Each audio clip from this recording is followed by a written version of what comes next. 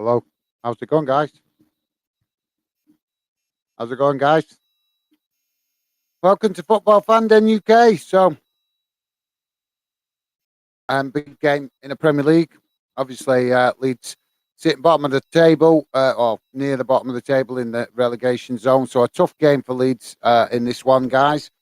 Um, but obviously, Leeds have got some hope tonight because, as we know, guys, Liverpool are not playing at the best right now. So obviously, it's going to be an interesting game, or it could be, as long as obviously Leeds keep themselves in it, and we don't see Liverpool run away with it. But anything's possible because, like I said, guys, Liverpool. If you're a Liverpool fan, I'm sure you're well aware that it's been a bit of a up and down start to the season. Liverpool's struggling to show that consistency that they have been doing in recent years. Which is kind of Liverpool's nemesis a little bit, guys. If we're honest, because they always seem to have that issue, and it keeps coming back to haunt them every so often. Um, Even though we've seen in the last couple of years, last couple of seasons, fantastic that Liverpool have been competing with Manchester City.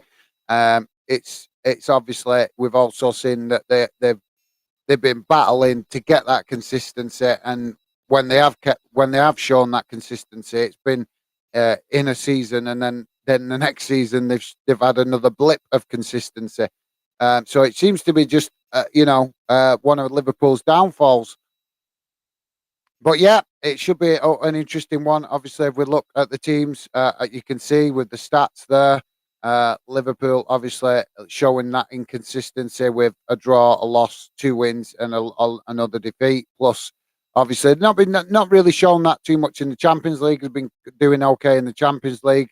And Leeds, as we can see, they've been really struggling with only one draw in the last 5 games, and the rest 4 defeats, which is obviously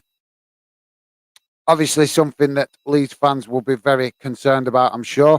But to be fair, guys, like I say, for me, Leeds are a Premier League club. They should be aspiring to do well in this league, because obviously being an older guy, I remember the days when Leeds were a regular Premier League club, and there's no reason why they shouldn't stay a Premier League club. They've just got to start figuring out a way to grind out results and getting points on the board.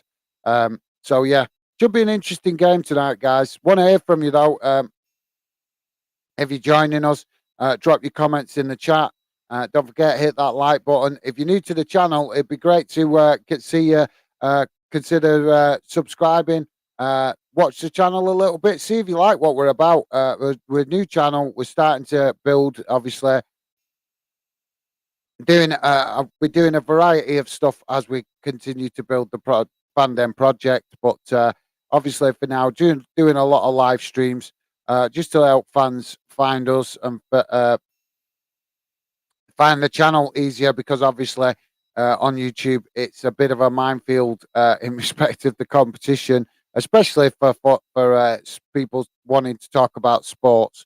So yeah, like I said, guys, do consider hitting that like button and subscribing if you're new, because it's always great to have new fans involved. We've just seen that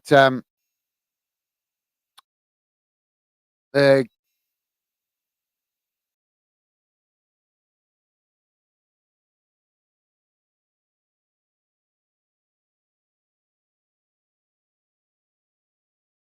guys, if you're joining us, like I say, let us know your score predictions in the chat. Would love to hear from you. Know if you've got any score predictions, what your thoughts are on tonight's game, and what your thoughts are on obviously Leeds and Liverpool overall this season. Like I say, bit of a a, a, a difficult game to call this, because, like I say, we've seen that both Leeds and Liverpool have had their own issues individually this season.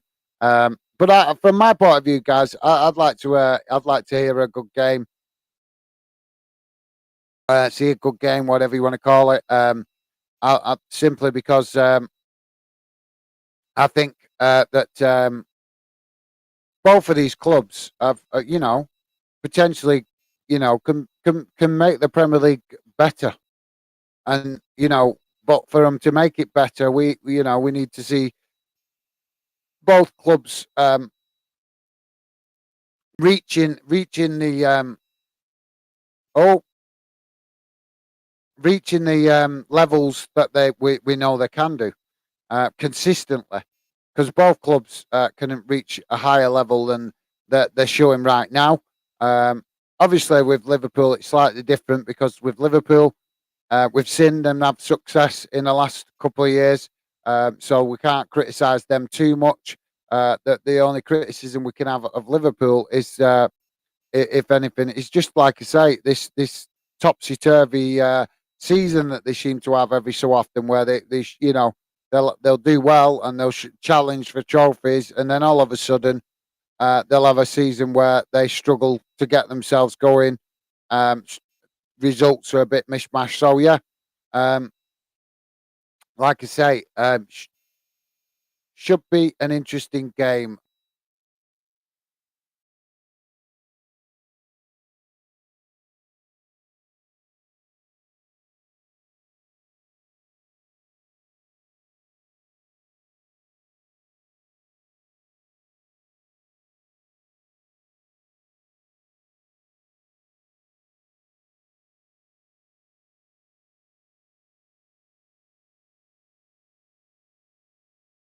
So just hearing, guys, it's a bit of a scrap in midfield at the moment.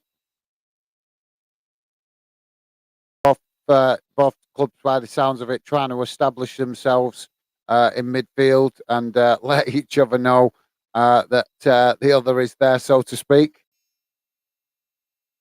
Always that expected that in the first few minutes of a game, though. To be fair, guys, you expect, and it's what we want to. We want to see that as football fans when we go to the games.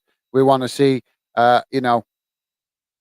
both teams going at it in midfield from the start, because that means that it's going to be a good game and that both teams are well up for it.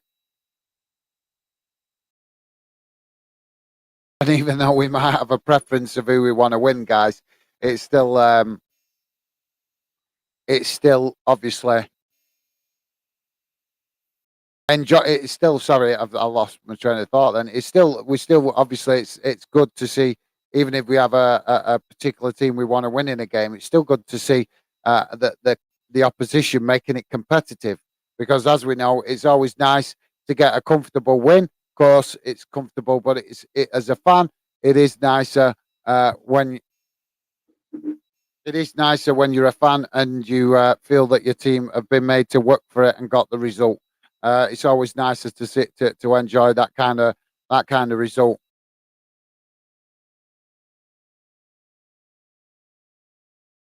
Oh, and it's a goal for Leeds. Big mistake from Liverpool at the back resulted in basically Leeds basically opening them up and taking full advantage of that. And yet again, we do see, we hear that Liverpool is going 1-0 behind early in the game.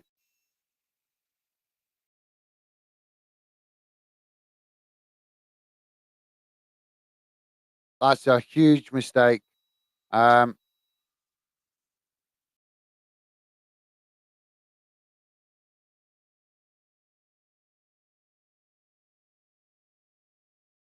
a mistake from Gomez. He's not looking where his teammates are, obviously, and he's basically put it on a plate for a Leeds player.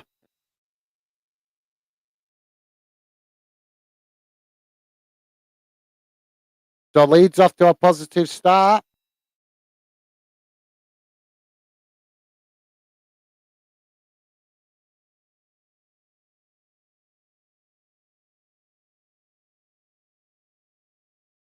So that should, guys, that should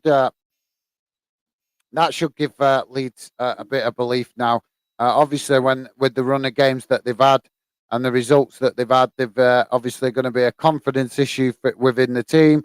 But going 1-0 up at Anfield should obviously really give the players a massive boost of confidence, and I'm sure it will. I'm sure it will. But the question is that now, obviously, from the Liverpool point of view, guys, can Liverpool break them down? That's the key. It's uh,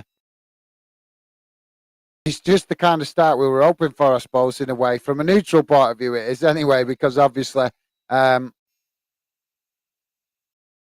and from my point of view, I'm completely neutral in this game anyway, guys. Because I've got to be honest, I like both of these clubs. I like I like both of them simply because of the style of football that they play. They play attacking football. They play, football basically a little bit the old-fashioned way, where it's not too much like where we're seeing with Man City, where it's very structured and there's this consistent thought at Manchester City, and other clubs have started to adopt it, of basically that they think that they need to keep it, play out from the back, and as much as that might be fashionable, guys, you've got to adapt your tactics to what players you've got available to you, and that's the reality. And both Liverpool and Leeds, let's be honest, they both play that attacking football, the more exciting football. It's more enjoyable to watch as a neutral. I'd rather watch Leeds or Liverpool than watch Man City, because I'm not. I don't know about you guys, but for me, watching Man City can get boring. It really can get boring. So yeah, just go to the chat, see who's how's it going, Aaron? Thanks for dropping in, mate. Hope everything is good with you. Did you go to the game today? Did you go and watch Dundee? And if you did, mate, I'm not sure. Obviously, getting ready for the stream, I've forgotten what the score was. I did have a quick glance over earlier, but obviously, just having a quick glance over, you don't absorb every result. So, let me know your thoughts, mate, on if the game today, if you've been. And thank you very much for dropping in.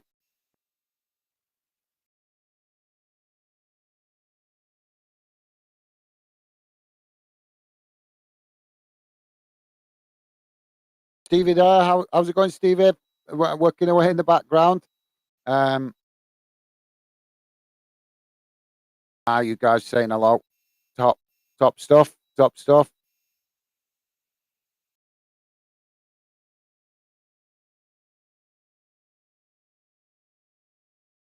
So Aaron, yeah, I went to the game, mate. We got beat to by Motherwell 1-0 today. Wasn't great game. Oh, geez, really, mate. I honest, I feel your frustration. I really do, because the results at the minute for Dundee are not good. I did have a quick look at them the other day overall, and obviously it's been a pretty tough season for you guys that are Dundee United fans. But to be fair, mate, you've done okay up to now as you've been in the Premier League. I think this is your first season where you've really started to struggle to pick up results. So, I don't know. I'd have to look at the fixtures you guys have got coming up, but maybe you need maybe a big performance from the players in one of the bigger games that might just wake them up and get them going with it. But obviously, if you only lost 1-0, that suggests that it was a tight game. Um, but yeah, mate. Like I said, I definitely feel your frustration. I know what it's like as a football fan when you're just wanting your team to just start showing that consistency and start, and even if they can't show some consistency, at least fight and scrape some points. And obviously, for Dundee United fans at the minute, it's been like, where's the points coming from a bit at the minute? But hopefully, the players get their act together. I know you've been telling me that the manager. I know you've been telling me that you got new manager, so obviously that's let's hope that he starts getting his ideas across. Let's hope the players start listening to his ideas, because um, obviously if they're not, then the question needs to be asked: why they're not responding to the new manager? Um, But yeah, like I said, mate, tough one to take. That tough one to take. But I'm presuming if you just played Motherwell away, then your next game is at home. So maybe that's, depending on who you play. Obviously, maybe that's the game that the fans are going to be looking for a spark, something to kickstart the season. And if not, obviously, I'm sure that at Tanadic, the fans will certainly let the players know they're not happy with their efforts if they don't. Always, it can be a fantastic atmosphere up there in Dundee United Stadium. So yeah, like I say, mate, hopefully the results will start to improve. So a little bit scrappy and a bit end to end, obviously, as you'd expect, guys. Leeds obviously got grown in confidence. From what I'm hearing, is Leeds is confidence in their play now with the fact that they've gone 1-0 up. So it's uh, it's going to be an interesting game, isn't it, guys? If you're just joining us, it would be great if you could hit that like button, guys. Consider subscribing. See if you like what the channel's about. We've got lots of work ahead with the channel. Obviously, we're reading quite a new project, so the Fandom project's not been around for ages, so it's still in the early stages of building it. So it'd be great, any of you guys that are just dropping in, checking us out, if you could consider like I say, watching a couple of streams, subscribe, see if you like what the channel's about and what we're trying to do.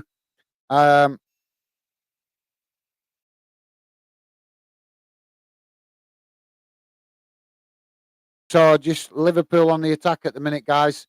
But it's just struggling to get any serious pressure going in the box. So yeah, I'll keep you informed, guys, as and when. Some good games, obviously, today. I've not, like I said, I had a quick brief look over the games earlier, but it was only a quick glance, literally. Disappointing day for my team, Bolton, today. Really disappointed with that because it's where from a Bolton fan point of view, it's where we keep slipping up. It's against these teams. Oh, an opportunity for Liverpool, but the keepers kept it out, and I think it's going out for a corner. So yeah, as I was saying, disappointing afternoon for Bolton. Lost 3-1 to Oxford today, and I think Oxford did a bit of a job on us, to be fair, and it was we helped them because from a Bolton point of view, anyway, it was we just didn't pressure the goalkeeper enough. We just didn't make the goalkeeper work hard enough. And when you do that in a game, then obviously you always run the risk of not getting anything out of it. So yeah, just quick my quick thoughts on my team, Bolton. If any of you guys are interested, goal for Liverpool. Goal for Liverpool. Mo Salah has found the equaliser. Hopefully that doesn't damage Leeds' confidence too much. Like I said, they've come out, they've got the early goal, they've got themselves in the game, and like I said, let's hope Leeds keep fighting and mixing it up, and just don't drop their heads, because obviously when you're on the run that they are at the minute with 4 defeats and only 1 draw, then you're in that kind of territory where the players' heads can just drop, and they stop. Obviously, they stop performing, or the confidence just is just shattered, basically. Let's go and see what you guys are saying in the chat.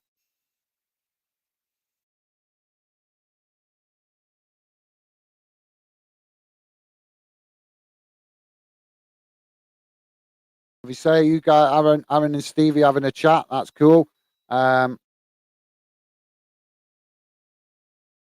Aaron saying, I reckon this should be a brilliant game, but I imagine Liverpool will win most likely 2-0. Yeah, that's a good shout, mate. That's a good shout. Well, obviously it's not a good shout now. It's 1-1, but it is a good shout originally. So my bad, mate. Apologies, a bit late with that one. I'll see if I can catch up a bit with the comments now. Just trying to. If you guys see, normally when I do these match watch along shows, I'm normally quite pumped, and I'm trying to teach myself to get a bit more relaxed so I can get better at doing them. Because obviously when I watch them back, which I do occasionally, I don't like watching them back too much.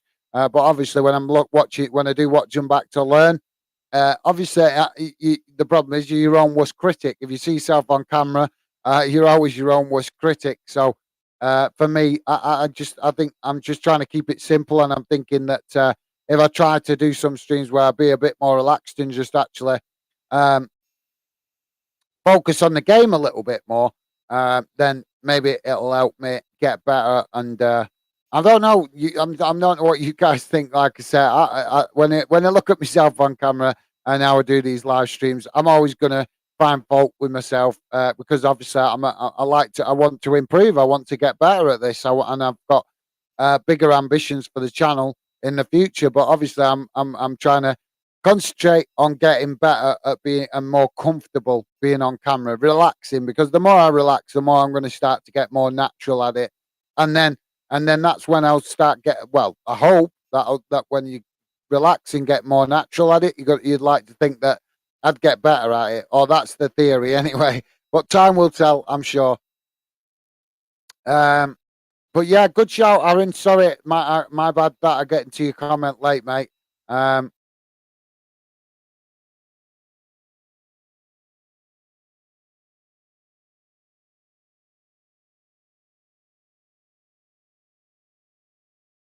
Stevie, good to hear, Aaron. Going to say 3-2 to Liverpool. All right, that's a good shout, Stevie. I suppose I should chuck a score prediction in before it gets any further along. That's so. What you guys? Obviously, we need a new score prediction from Aaron, because obviously his first score prediction can't happen now because both teams have scored. So we've got Stevie going with a 3-2.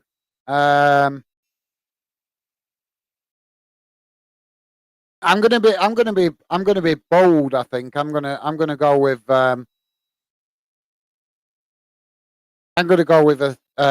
possibly a 3-3, something like that. Yeah, I'll go with 3-3. We'll see. Um, Probably be miles out now. It'll probably stay 1-1, but I'll go with 3-3. So we got Stevie saying 3-2. I'll say 3-3. What's your new predictions, Aaron, mate? Let us know.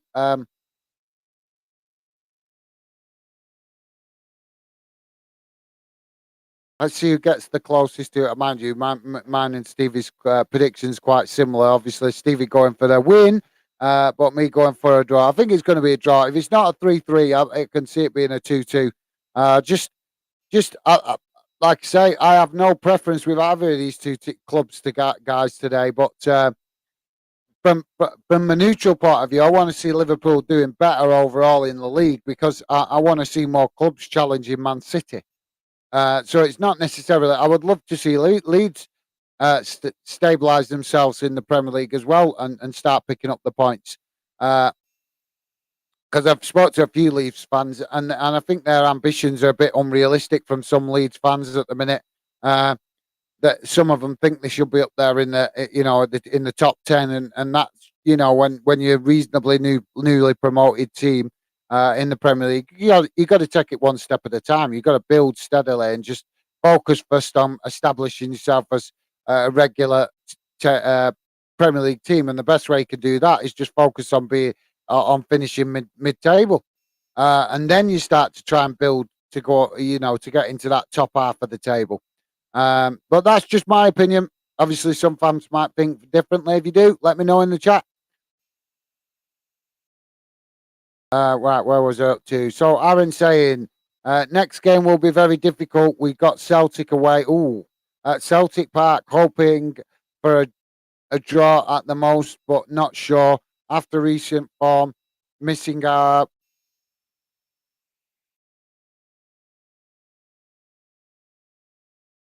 missing our main striker. To get to he got sent off today. Oh, that mate, that's a bit of bad luck, isn't it? That is definitely a bit of bad luck. But yeah, like I say, Celtic Park, obviously a difficult place for you guys to go.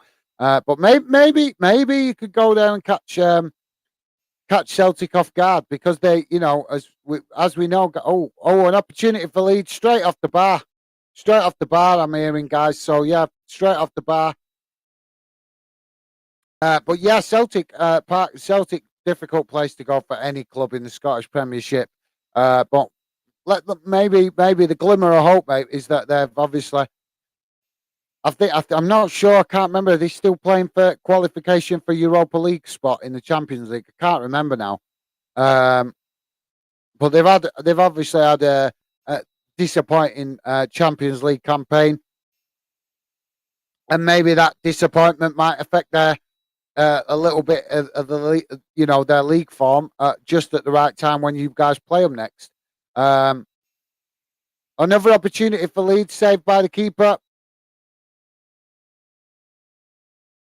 Liverpool having a bit of a tough time here off Leeds. Leeds making sure that they let Liverpool know that they're not giving up on this game after Liverpool obviously pulling one back. But yeah, Aaron, sorry to go off the talking point, mate. Just trying to keep me on the game a bit more tonight. But yeah, like I said, hopefully you guys can do well and get something out of that game and possibly start climbing the league over the next few games.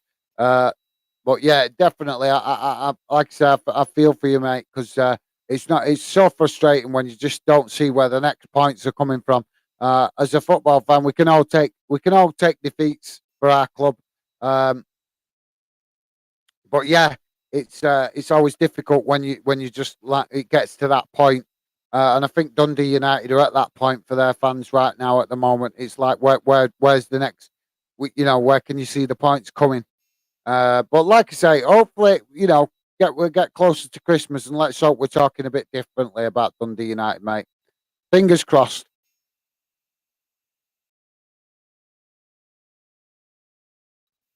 Next game will be.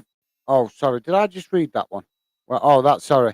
I'm pretty sure I saw that if Leeds get battered by Liverpool, Jesse Marsh might be getting sacked. Excuse me. Right. Well, obviously,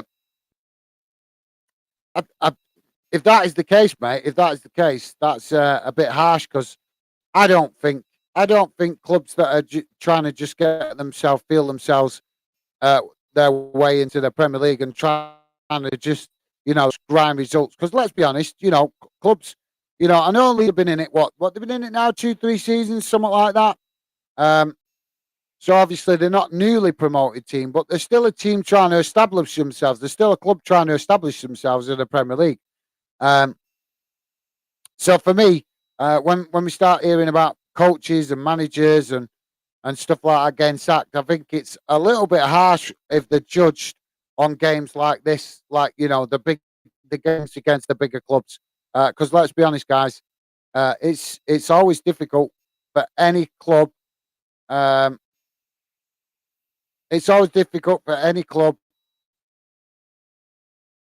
coming up and trying to compete with with the likes of Liverpool, Man City, and even Man United to a certain extent. So I think it's harsh when managers are judged and get sacked on based on get results in games like this because I'm not saying managers shouldn't be criticised. I'm not saying managers shouldn't be accountable, but when you're a team that's trying to just get established as a Premier League club, then you've got to be realistic. The games that really matter are the games where you're playing the teams in and around you. When you play the top teams, the teams that are always at the top of the table, then them kind of games are more like bonus points. If you get something out of it, it's a bonus. But I don't think it should be something where managers are judged on it too much.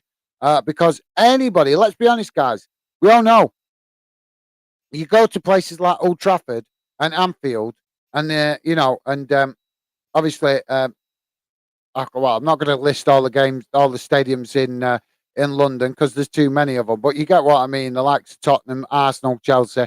But the reality is, when you go to these big grounds, playing these big clubs, it's a tough task to ask because some of these players, you've got to remember when they come up with these clubs, they're used to watching these clubs on the TV, and then they're suddenly on the pitch playing against them.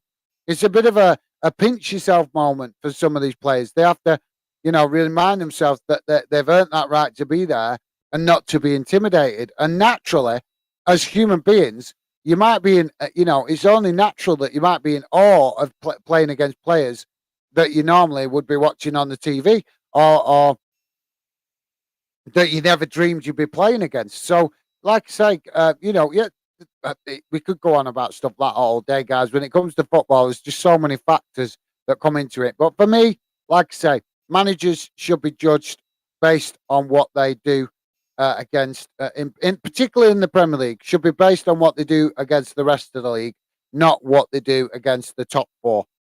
Because as we know, any clubs that are competing in the top four, and it can be, uh, a couple of clubs that we know that are in there regularly in the mix. Them kind of clubs are used to week in, week out, year in, year out, season in, season out. They're used to grinding out results to compete for titles. So when you get a Leeds or a Stoke City or Aston Villa, even, the list goes on of the amount of clubs, Barnsley, Burnley, obviously. All these kind of clubs that are clubs that can be up and down in between the Premier League and the Championship, they have got to learn how to grind out results themselves. And like I say, look more at the results they get against the big teams at the top of the league that compete for the titles. Look at any points they pick up from them games. It's just a bonus and a boost of confidence to remind them that they can compete at that level. So yeah, that's my thoughts on it, mate. But let's hope that doesn't happen. It'd be nice to see this game kickstart Leeds this season, but it'd also be nice from a neutral point of view. Anyway, it'd be nice to see Liverpool get their act together, because for me, there's not many clubs I can see that can consistently compete with the pace that Man City is setting at the moment. Yeah, Arsenal are up there at the minute, but can they keep it going? This is the first time we've seen Arsenal at the top of the league for quite a while. So the question is with them, can they keep it going? We've already seen in just recent games they've started to have a little bit of a wobble. We know Liverpool are capable of it, but they're having a bit of a tough start to the season. And Man United, at the minute, for the size of the club and what's going on at that club, they're just it's a bit of a joke, really, to be honest. Because let's be honest, United fans shouldn't have to settle for second best, and that's what United are at the minute, the second best. And I think as long as it's accepted with the Glazers being in charge and fans don't put enough pressure on the Glazers selling, then I think we're going to see that for the next few years with Man United. Unfortunately, it's a shame to say it because they've got they're one of the biggest clubs in world football, and they can only be an addition to the Premier League and the brand and the quality of football we see. But as long as they're struggling to find their identity, because let's be honest, that's what's going on at Old Trafford at the minute. It's a very much a team and a club that has lost its identity a little bit, and it's lost its connection with the fans. There is, as much as the players have the fans behind them, and the fans at Man United are always big fans. They're always going to support the team. They're always going to get behind the players. But the reality is, when it comes to club and fans, there is a bit of a disconnect right now. And that is basically because of the ownership.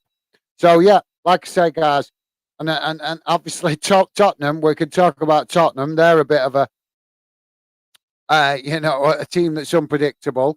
So the only clubs really are realistically seeing challenging Man City for Premier League titles at the moment are potentially Liverpool if they get their act together, and Chelsea.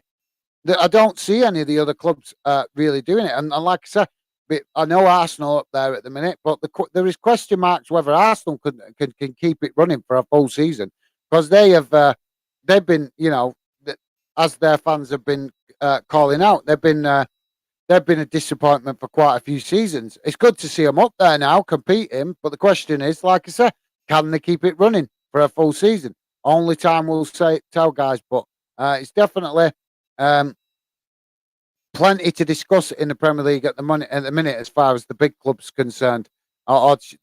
Sorry, my apologies. Not so much the big clubs, the clubs at the top of the league. When I say that, I don't mean it disrespectfully to the other clubs in the league, because they're all let's be honest, most clubs that get in the Premier League are big clubs. But what I mean by big clubs is obviously the clubs that fight at the top for the title or try to fight for the title.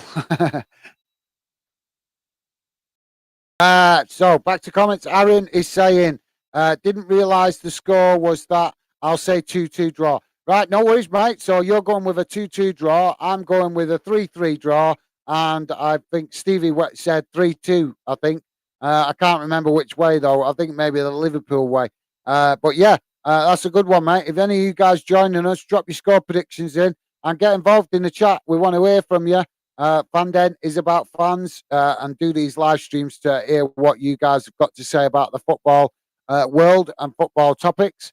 I haven't done a Premier League live stream for a while, but that's because it seems at the minute with us being a pretty new channel and a smaller channel, it seems it's a lot harder to get fans to find us when it's Premier League games, just simply because there's so many other YouTubers doing Premier League games. So obviously, but obviously, I've been trying to concentrate on lower league games and stuff like that at the minute, just to help us get better views and to help. If we get better views, then more fans find us. But it doesn't mean to say we won't do anything Premier League, as we're showing tonight. Still, will do some Premier League stuff because, like I said, we're trying to be respectful to all UK leagues. It's just like I say, at the minute, with building the channel up, it's not the right approach, I don't think, for the best interest of getting the channel going and growing it as a reasonable pace. I think it's just going to be difficult if we do too much Premier League because it's just so many other YouTubers doing it, guys. Obviously, but we want fandom. We want to be about all fans. We want a bit about fans. Build the channel for fans of all clubs. So we'll be mixing it up. We will do some Premier League stuff, but we will be doing EFL stuff as well. And we will also be going up to Scotland occasionally and visiting the SPFL to cover that as well, because the Scottish football fans just as passionate as the English football fans. And like I said, this is Football Fanden UK, so we want to be a channel that involves all fans of all clubs, if possible, across the UK. So we see a free kick at the moment. So I'm hearing, guys. I'll just come back to the comments, see what you guys are saying, and please do, guys, hit that like button. Like I said, be cool if we could hit. I don't think we're going to pull up any trees tonight. Like I said, Premier League match watch-alongs, as I've discovered, are pretty tough to get decent views on. So if we could get 10 likes on tonight's stream, that would be awesome. But like I said, let's go back to comments, see what you guys are saying. Will Bertham dropping in. How's it going, mate? What are your thoughts on the shit show that West Bromwich Albion? Well, I haven't seen today's result, mate. I did have a quick glance over it. With that quick before that, I only soaked up one or two results, to be honest, because it was literally a quick glance because I was trying to get ready for this stream. But yeah, I don't know. Like I said, I don't know today's result for you guys, but I know you guys been having a really tough start to the season, and I know the fans at West Brom very unhappy about it. Maybe I have to catch up with you soon, mate, and maybe invite you on the channel if you're up for it or something, and then you can give us a bit of a better update on it, and like I said, maybe get a bit of understanding of the bigger picture with West Brom. But yeah, I'm well aware that you guys been having a pretty tough start to the season. Obviously, not a great end to the season last season as well. So a bit of unrest with the West Brom fans, as I'm sure is causing is adding to it is the word I was looking for. Is adding to the anxiety of the players maybe a little bit, but I think it all revolves around the manager and the ownership. What we're starting to see now, because you guys have been I'd say underachieving for a while now. Yeah, you've been underachieving for a while, and I don't know. Like I say, I'd love to discuss it with you a bit more in depth, to be honest, because obviously you being a West Brom fan and watching the club on a regular basis, you'd have a better, clearer picture than I would. But I'm starting to get the impression, Will, um, that maybe the issues at West Brom are a bit bigger than just who is the manager, because if it, it's down to the owner to pick the manager, or the ownership, or the board, or whatever, to pick the manager. And the question is, why they're picking managers that you know are not sitting. Let's be honest, they're picking managers that are not that the fans are not getting behind from the start. So that is questionable. Surely the board or the owners, when they pick a manager, should be taking into account, was this manager going to instill confidence in our fan base? Is he going to instill confidence into the players? Is he going to get us moving in the direction we want to be going? And is he going to recognise? Is he going to be a symbol of the identity that we want to be as a club? And like I say, I don't think the ownership and the board at West Brom have been taking all them factors into reality, seriously. Definitely, as far as the fans are concerned, because how can you keep picking managers that the fans are unsure about when they first take the job? Doing it once, maybe twice, but to keep consistently picking managers that the fans are unsure about is a bit, is a bit questionable. Opportunity for Leeds, or not saved by the keeper, but Leeds not giving up on piling on the pressure. Sorry, Leeds not giving up on adding the pressure to Liverpool. So yeah, but hopefully that answers your question, Will, mate. Aaron saying, hope to see West Brom back, Will. Yeah, obviously, for me, they are a Premier League team, West Brom. It's just they obviously they struggle to get the right manager, and I don't understand why. Because let's be honest, that they're a big, they've got a big fan base, a loyal fan base. They fill the ground quite regular. They get good attendances, whether it's in the Premier League or whether it's in the Championship. So there's no. This is annoying me tonight. There's no reason why West Brom fans shouldn't be expecting that the team can match up to the ambitions of the fans, or at least give the fans something to shout about and something to believe. Because, like I said, for me, West Brom are kind of the club that should be competing at the top for the title in the Championship. And like I said, really, the amount of times they've been in and out of the Premier League, they should be starting to figure out a plan of action to be staying an established Premier League club. But that's just my thoughts, my opinion. Obviously, I'm not a West Brom fan. I can only talk what I've seen over the years. But for me, yeah, West Brom are a club that should be establishing themselves as a regular Premier League club. But like I said, for me, I think a lot of the issues around West Brom are bigger than what are bigger than the team. I think just simply because the amount of managers, the turnover of managers, that it seems to be no drive to bring togetherness coming from the owners. Because if you bring in a manager that brings the players, the fans, and everybody together, then that's the first bits of the recipe that you need to make things click and make things work. So yeah, that's my thoughts on it, Will. Hope that gives you, hopefully that's satisfactory anyway, mate. So obviously Liverpool still lead, still 1-1. Coming up to the 40 minutes now, guys. So not far away from half time. Liverpool trying to turn the screw to get that second goal. But Leeds not allowing them to have it all their own way. Leeds creating opportunities up the other end as well. We've got a corner at the minute for Liverpool. So yeah, it would be interesting to see if either team can find a goal in this last 5 minutes to take the lead before half time. But yeah, like I said, corner coming from for Leeds. Sorry, for Liverpool. Why do I keep? I'm just noticing now. I've done a couple of match watch songs recently, and I keep picking teams with the same initial. So then I get a bit tongue tied over the names of the team. Because what did we do the other day? We did what did it?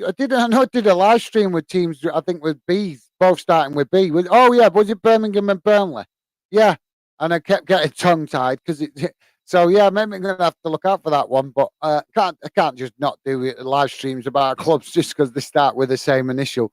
But yeah, it can get a bit to the point where you get tongue tied when you're trying to uh, talk about each individual club.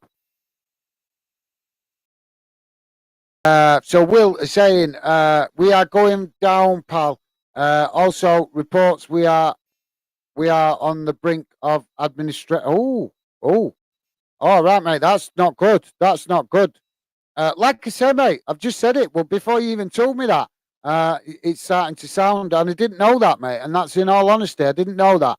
Um, But like I said, just looking at results, manager turnover, the unhappiness in the fans, it's pretty obvious it's becoming a bit of a consistent theme. And you know, when you're getting it consistent like that, then you've got to start asking the questions about the ownership and the board. You know, you've got to start asking.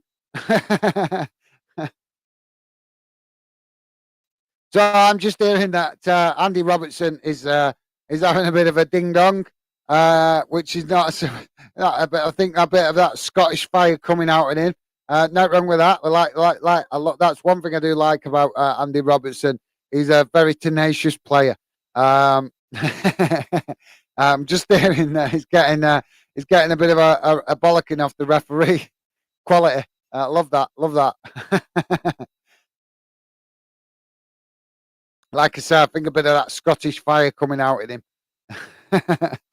um, but no, mate. How can you say what I've got? The only negative I got, or the only thing I got to criticise you there for, mate, is I wouldn't at this stage in the season. You can't say. Come on, you got to be more confident than that to say you're going down. There's still lots of football to play yet, mate. Um, it's a bit too early to be saying that. I understand that it's you know, that's an indication of your frustration, mate. But no, there's still plenty of football to play. You know, West Brom are more than capable of putting a winning run together and get yourselves in a better position in the table. And but yeah, like I said, mate, totally understand your frustration though, because like I said earlier, West Brom definitely underachieving right now, no question.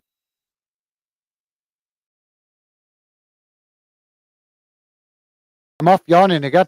Um, Guys, please do hit that like button if you could. It helps you with YouTube visibility, apparently. So it's always appreciated if you guys can hit that like button. And if you're new to the channel, please consider subscribing. Give us a chance, see what you like, if you like what we're trying to do. Aaron is saying, feel bad for you, mate. Hopefully, you get a good result. Sorry, get a good owner and get back to where you belong. Absolutely, mate. Absolutely.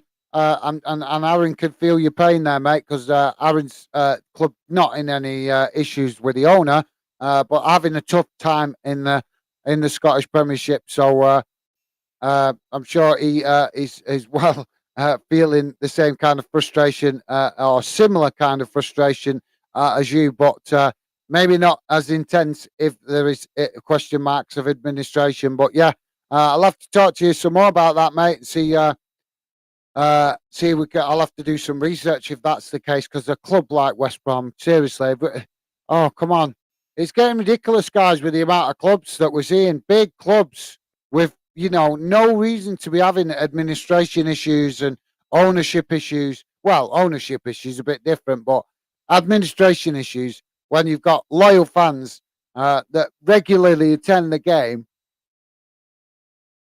no matter what league they're in, and that's regular guaranteed revenue that the club can count on. And yet these owners don't, they don't show appreciation by managing the club correctly and keeping it financially viable. Opportunity for Liverpool wasted, guys. but they're trying to turn the screw here with 2 minutes added on. So we're just doing it's 45 minutes and 2 minutes added on. Liverpool trying to turn the screw, cross into the box, and it's pinged back out. But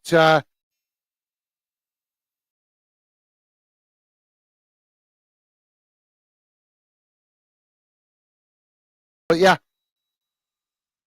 Liverpool have left themselves a bit exposed at the back here, and Leeds trying to hit them on the counter attack, but saved by the keeper.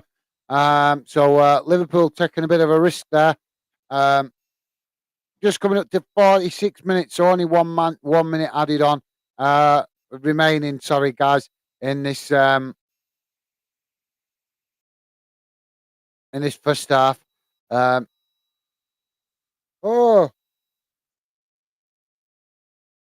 I do always start yawning in these live streams. It drives me nuts. All I can think is it running around all day, doing this, that, and the other, and then suddenly I sit down and relax to watch a game and start yawning. It's really annoying. I just suppose it's an indication of my crazy lifestyle at the minute.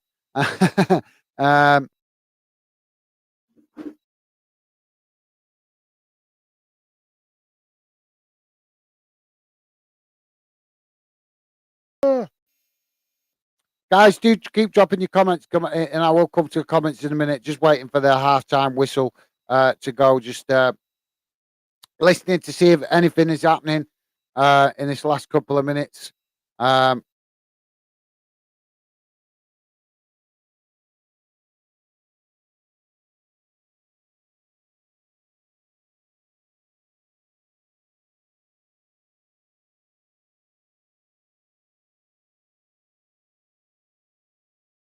So yeah, we got a free kick just coming, guys, for Leeds. And it sounds like it was deserved as well. Joe Gomez pushing Leeds player over. So yeah, not much to argue about from a Leeds point of view. From a Liverpool point of view. So let's see if Leeds can make this count. Might be their last kick of the game. The last kick of the first half, this, guys, because we are into the 47, gone past the 47 minutes. So that's 2 minutes time added on. So this could be the last kick of the game of the first half, like I say. So can Leeds make this count? No, they can't, guys. Wasted opportunity. Blasted way over the bar, and now Leeds doing absolutely nothing with that. Really poor. If that's the case, they blasted it over the bar. From professional players, we expect at least to be getting it, within the goal area. So yeah. So it's finished half time. First half, guys. Leeds won. Liverpool won. Leeds won. So yeah.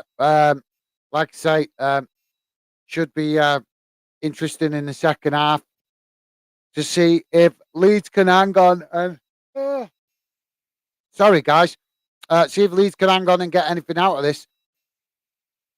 Let's go back to comments, see what you guys are saying. Feeling pretty tired tonight, to be honest, guys.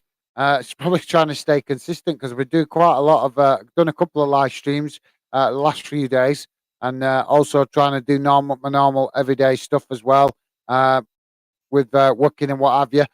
It's kind of maybe catching up with me a bit, but it's all good. Just trying to stay consistent, guys. So let's see what you guys are saying in the chat. Is that where I was up to? Aaron is saying, I think Jesse Marsh could be a good manager if Leeds give him time give him time. He kept them up on the last day after their bad form. He can be good. I just want Leeds to give him time, mate. Absolutely, I've got to totally agree with you there because one thing that kind of bugs me. Don't get me wrong.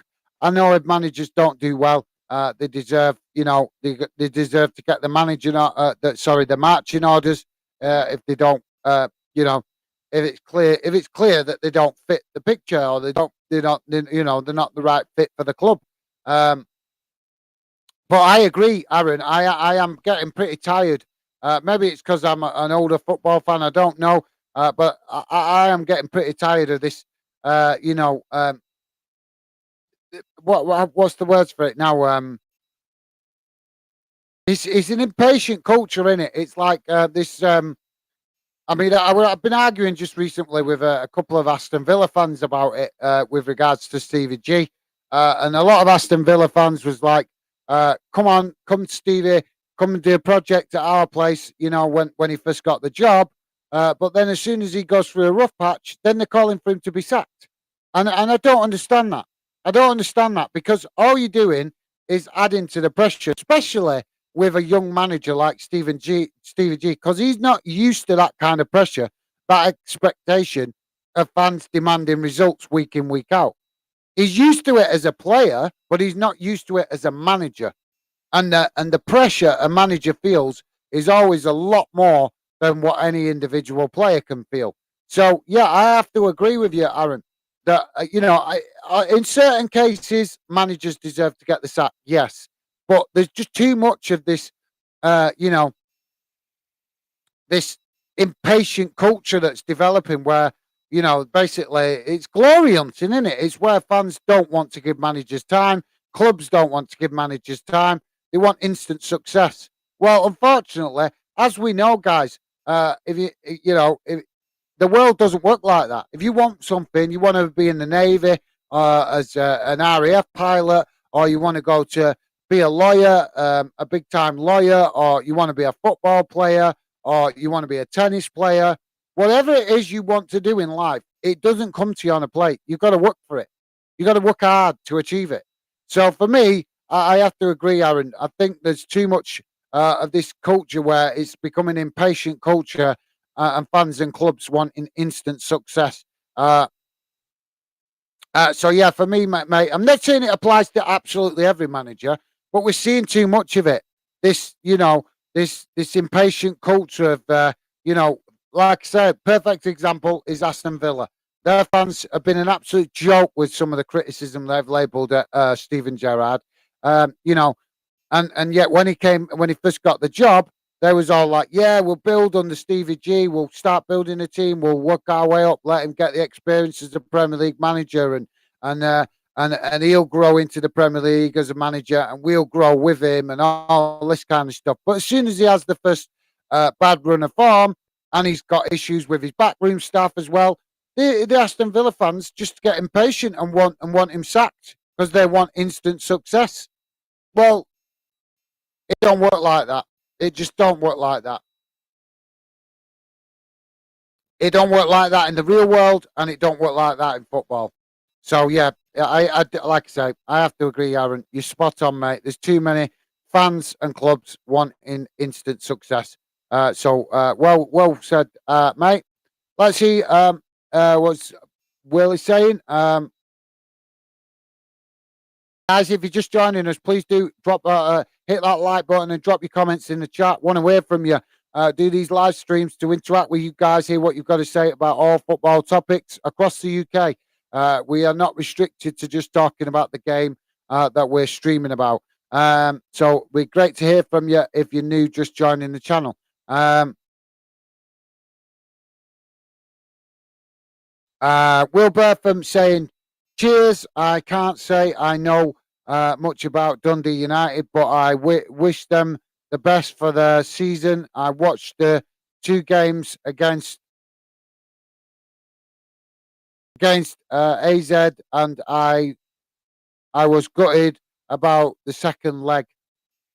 Right, I missed that game, to be honest, mate. But yeah, yeah, Dundee, like I said, mate, Dundee reasonably, I'd say middle range club in Scotland. They're not a small club, but they're not obviously a bit, and they're not a club that's as big as Rangers as Celtic. But they're kind of that they're a good club and a club that try to compete, and they're just having a bit of a bit of a tough time at the minute this season. But they do overall the last couple of years they've done well. It's just this season they're having a bit of a blip and struggling to get results, and it's understandable, really. Like I said, because they've only been in the Scottish Premiership. I think I'm not sure if this is the third or fourth season for Dundee United now, back in the Scottish Premiership. So still very much building to establish themselves as a permanent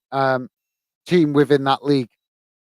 So yeah, like I said, just you always have that honeymoon period of when you first get promoted and it goes well and you're picking up results, but it's after that, isn't it? That's when it gets hard after that. Once you've had that first good season back in the league, and then maybe your second season's okay, but you're guaranteed within the first 3 or 4 seasons that you're back in, you're going to start to struggle. You're going to have a season where it becomes difficult and results seem harder to find. But yeah, thanks for that, Will. Appreciate you getting involved, mate. And like I say, hopefully things start to improve for West Brom. And like I say, I will try to see if we can arrange something, maybe if you're up for it, to possibly catch up and talk about West Brom, because I love to pick you guys' brains as fans. You all know your own clubs better than I do.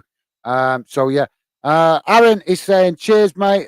Dundee United aren't doing too great. Probably going to be in a relegation battle this season. This season, we're currently second bottom. Yeah, mate, like I said, but as you know, in the Scottish Premiership,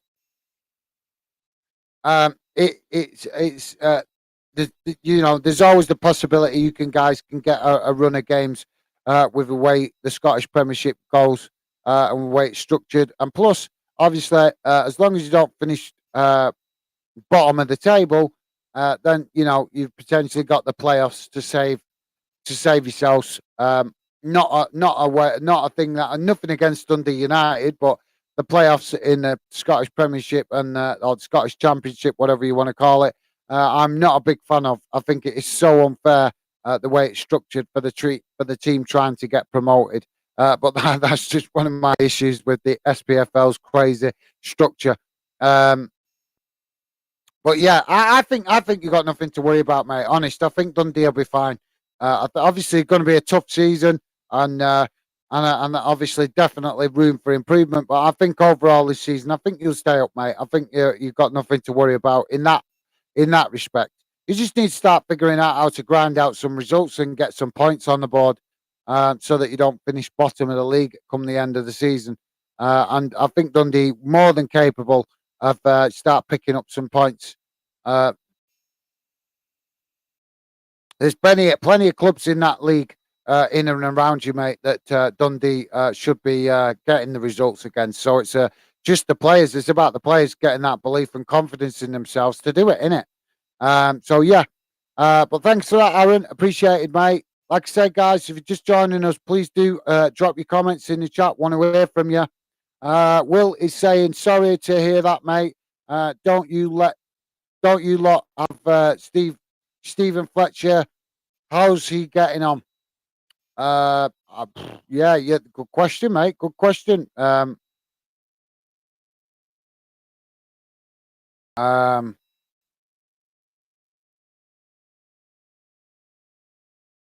Aaron is saying, yeah, mate, he's doing not bad. Got his first start for a few games and played well. He's scored a couple. Sorry, guys, I'm struggling to read this sometimes because the it comes up on screen obviously, and the writing's smaller the more you write, and for some reason on this melon. But I thought I'd give it a try for a month or two to see what it's like and see if I can get used to this melon. But it is proving quite a difficult platform to use, to be honest. A little bit more complicated than the other one we normally use. Or should I say a little bit less user friendly. Sorry, where was I? I'll read that again. Yeah, mate. He's doing not bad. Got his first start for a few games and played well. He's played well.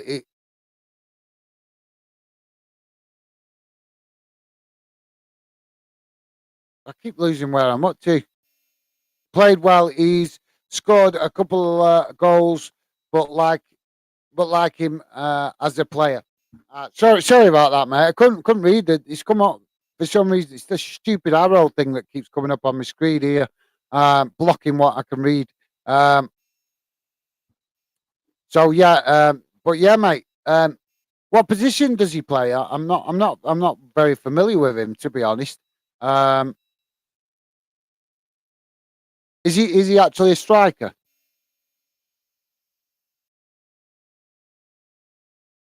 We're up yawning again.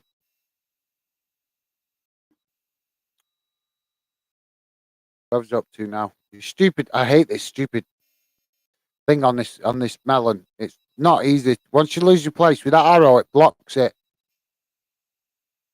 I think that's where I was up to. Apologies, guys. It's just getting used to this streaming app.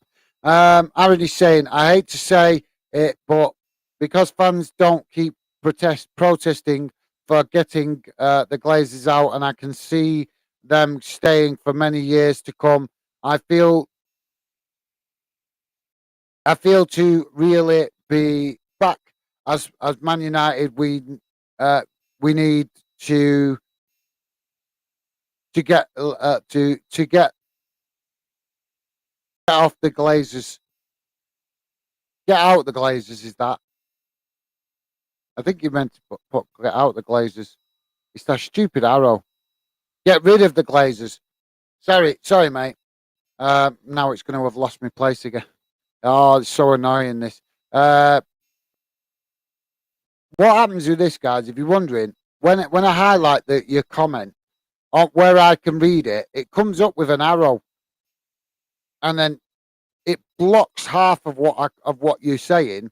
So then I have to press the arrow, and then it moves the whole list down, and I lose my place where I was up to. So if you're wondering why I'm cussing at it, that's why, guys. So let's see if I can get back to where I was.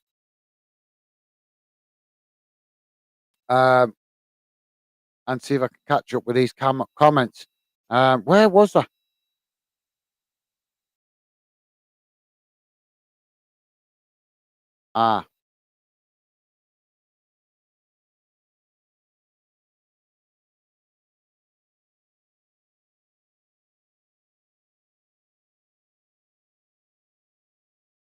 Ah, there we are. Sorry, guys. My bad.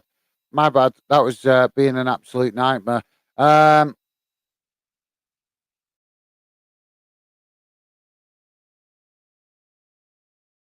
yeah. Sorry, mate. With relation to the Glazers, yeah. Unfortunately, like I said, I think that's going to be an ongoing thing for the next couple of seasons, mate. I really do. So I think I found where I'm back up to. So thanks for that, Aaron. Though, mate. Yeah, appreciate that. Obviously, responding to my comment earlier about Man United. But thanks for that, Aaron. Matthew Bishenden joining us. How's it going, Matthew? Appreciate dropping in, mate. Hi, Gaz. How's it going, mate? Hope you're okay. Um, Tough game for you guys last night. Inverness, obviously, Matthew being a big Inverness fan. Tough game in the Scottish Championship last night for Inverness. Tough one for the fans to take. But hopefully you're feeling a bit better today, mate. Aaron is saying, Will, what's your score prediction? You're still here, mate. You still here, mate? Sorry, mate. I'm not sure if he is still here. I'm not sure. Obviously, I'm just trying to catch up with some of these messages, guys, because I realised I'm falling a little bit behind with them. Aaron, welcome to the chat, Matthew. Top man. Thanks, Aaron. Appreciate you being welcoming fans. I'm obviously me being a bit behind with the comments.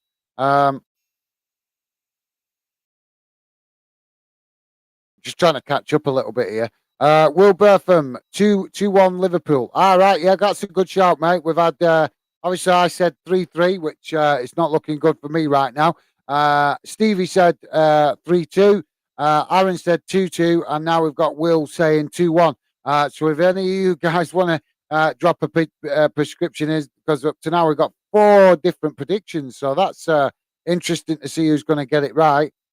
I think I'm miles out because like I said, I was being a bit braver tonight, and I went with a 3-3. Just with the way the game started, I thought that there might be a hatful more goals, but the second half just kicked off, guys. So we will see if there is going to be any more goals. Um, but yeah, thanks for that, Will. Appreciate you dropping your score prediction in, mate. Always adds a little bit to the show, doesn't it? If we get a few shouts for score predictions. Aaron Hart saying, shouted out your channel on Insta, mate. Maybe see if some new people will check it out or check out the channel, mate. Thanks a lot, Aaron. Thank you very much, mate. Really, really appreciated. Yeah, like I say, obviously keep it's we're doing the match watch alongs. It's a bit of a lottery, mate. Just if you know, obviously you will have noticed because you've been fantastically supporting the channel, and I really appreciate it, mate.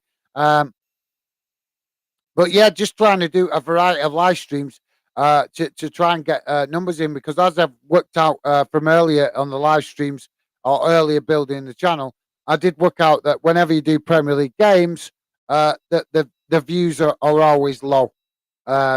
Because it's just like I said, there's so many people on YouTube doing Premier League stuff. So it means you kind of, as a newer channel like we are, we get drowned out a bit. We just get, I'm just because of that, it doesn't mean I'm not going to do Premier League stuff.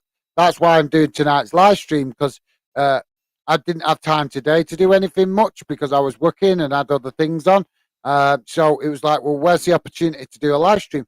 So, I will still do Premier League stuff. I'm not writing it off or anything like that. It's just obviously going to try to focus on games that are not as well publicised and not as competitive to get views on YouTube. We just got to, like I said, we've got to work towards building the audience and growing the audience, and obviously also you have to take into account that some fans won't support the channel straight away because they don't know me, or they don't like they don't like the fact that there's not other fans involved that, from their club, things like that. But as I say, guys, I've got bigger ambitions for Fandom. At the minute, I'm just doing these match watch alongs to help fans find us, and also to help me learn what are good, good games to target around the UK leagues, and learn, and try and help fans find us, like I said, but also to just help me get more confidence being a YouTuber. It's better if I work on this sort of stuff right now until we get further along, because once obviously we get further along, get more fans finding out about us and the views come up, then obviously I won't have the same time to learn and make mistakes, and that's the thing at the minute. Not being an experienced YouTuber, I have to accept that I am going to make some mistakes along the way, and how do you get better? If you make mistakes, you can learn from it. So yeah, like I say, a lot of the live streams I'm doing at the minute to help fans find the channel, to learn that we're out there, to see us about on YouTube. But like I say, also to help me learn and get more confident being a YouTuber. So hopefully that explains better, mate. But massive thanks, mate. Really do appreciate you trying to help other fans find out about us. That is always appreciated from you guys. Some of you guys, honest, I can't thank you enough for the amazing support you've shown, and embracing the idea of what I'm trying to do with Fandom. Obviously, it's like I say, while I'm doing a lot of learning and just trying to get better, it's hard for you guys to see what the future of Fandom will look like. But it's up there, guys. It's in my head. I have got a plan. Like I say, and the plan hopefully will come. But we need to help more fans find us first before I can start implementing that plan. And the proof of that is last night's stream. Last night's stream put quite a bit of work into that stream preparation and stuff like that. And it's one of the lowest stream views we got over the last 2 weeks. Some streams that I thought I'll get low views, we've had higher views. Some streams that, you think you're going to get higher views, you get lower views. So, like I said, these are the kind of things I've got to look for and test the water with to help me learn, guys. Um, and the reason for that is because, like I say, the ambitions and the ideas I've got for the future is to get out to. There's quite a few different ideas I've got for the future, but one thing that I do hope to do in the future is eventually start going to grounds, to games, and get fan reaction after the games. Get fans to come on the channel with their reaction after games. But the problem with that is because I'm so unknown in the football world and as a football YouTuber, as I have already found out when I've gone to games and tried this, even at my own club, fans don't want to come on the channel unless they know you. You know, that is unfortunate. That's a big thing. If they know you and they recognize you, they seem to be more willing to come on the channel. But when they don't recognize you, they seem very unwilling to come on the channel. And believe me, guys, if you go back and look at the earlier starts of the channel, I did test the water with that idea, and I had so much trouble trying to get fans on. I realized it was probably better to get doing more live streams and stuff on YouTube to help fans find out about the project and grow the fandom community before I actually start going to grounds and doing stuff like that where fans can give reactions. Because let's be honest, guys, we're going to get the best fan reactions after games, straight after games. That's when fans most, you know, your passion's pumped because you've just seen a good or a bad performance. And after the game, that's normally when you want to express what your thoughts are. Let's be honest.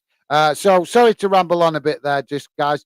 I just thought I'd explain a little bit better because I've probably not been making it clear what the identity of the futures or the ideas that I've got in the future. That's just one idea. There's other ideas I've got. I've got a lot of ideas banging around in my head, guys.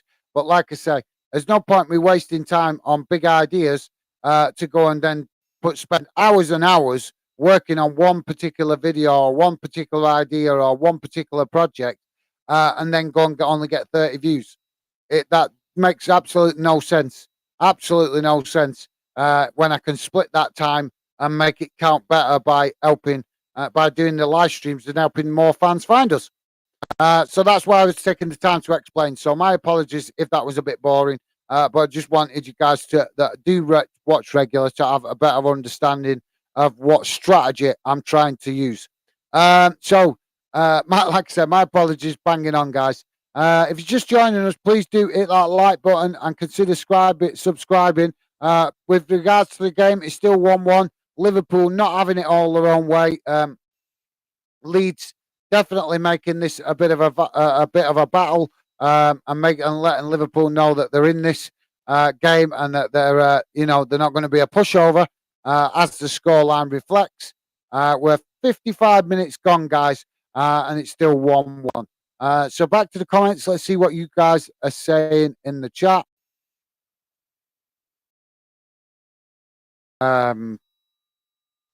Aaron is saying probably most likely to happen.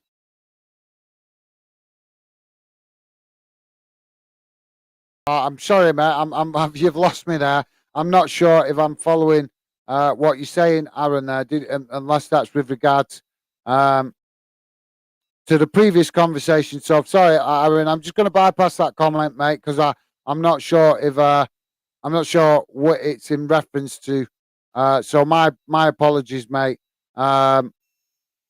I probably lost track of the conversation because I was rambling on about fandom a bit there. So I don't want to do that too much, guys, but I do want to keep you in the picture and explain stuff sometimes. So just occasionally, sometimes you will hear me bang on a little bit about the project. So corner coming in from Leeds, cleared by Liverpool, and it's turned into a bit of a midfield scrap this now. Which is it's not good, not a bad thing. Not a bad thing because the more Leeds turn it into a scrap, the more chance they've got of getting something out of it. I have no preference on who gets the points out of this tonight, guys. I'm literally watching this as a neutral.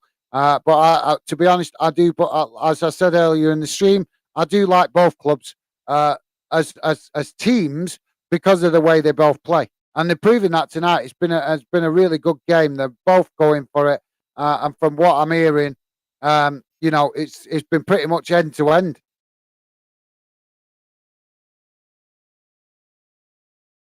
But yeah, Leeds still keep asking questions of Liverpool, and like I said, Liverpool not finding their rhythm again in another game.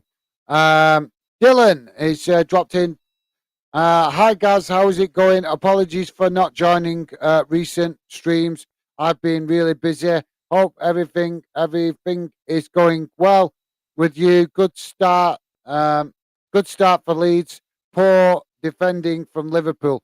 Yeah, absolutely, mate. Yeah, thank you very much for dropping in. And yeah, Dylan, I'm good, mate. And hope everything is going okay with you. Hope that all the house moving is going well. Obviously, I know you told me the other day on social media that you are in the middle of moving house. So hopefully all that's going well for you, mate, and not too stressful because it's always stressful moving house.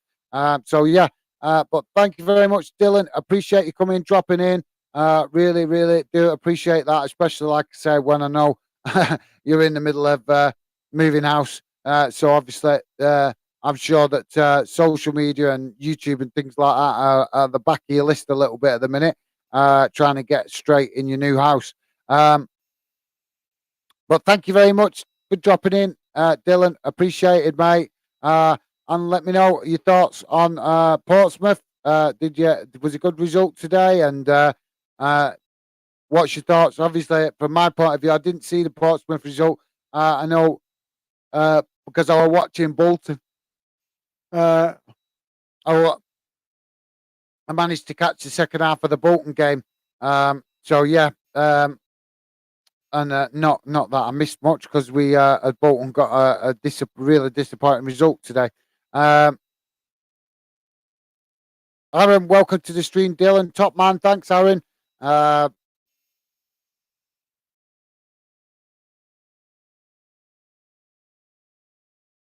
so,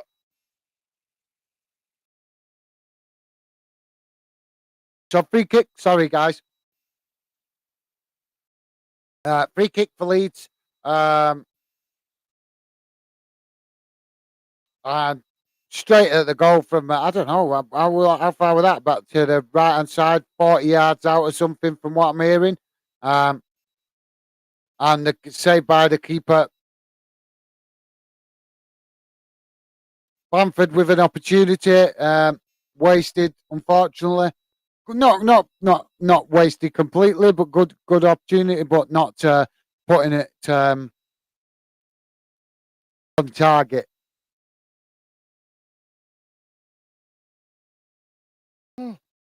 Apologies, guys, and yawning. Just been a long day today. Um,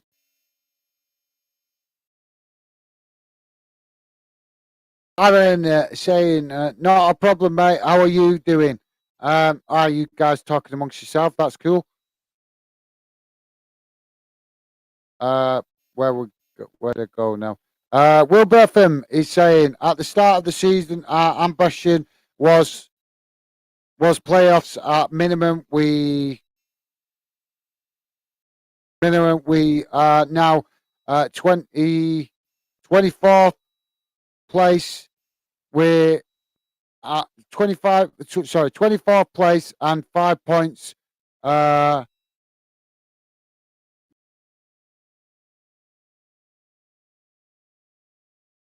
points to. Is that meant to be a drift? Yeah, you put two adrift to drift. I think you meant to say 5 points adrift from safety. No, I've gone on.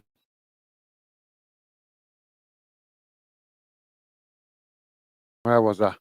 5 points adrift. Sorry, mate. You put at or two. Sorry, and I think you meant to put at adrift. But yeah, that mate. Like I said, I'll have a look later at West Brom. What I didn't realize it had got that bad, mate. Obviously, when I'm going around the games every week and through the week and stuff like that, I'm just glancing at results with some clubs. And But yeah, like I said, mate. Oh, I wish you'd stop bloody yawning. Um, but yeah, like I said, mate, I'll have a look later. I really genuinely didn't realise things was as bad as that. That is shocking, absolutely shocking. If that's the case, mate, and definitely understand your frustration. Where's the administration thing come from? Because I thought you had stable ownership. Let me know if you're still in the chat, mate. Love to hear from you. Aaron is saying, Will, who's West Brom's manager, mate? They recently, didn't the recent? I'm sure didn't they recently sack Steve Bruce? Have they recently sacked him? I might be wrong. I know there's a lot of unrest.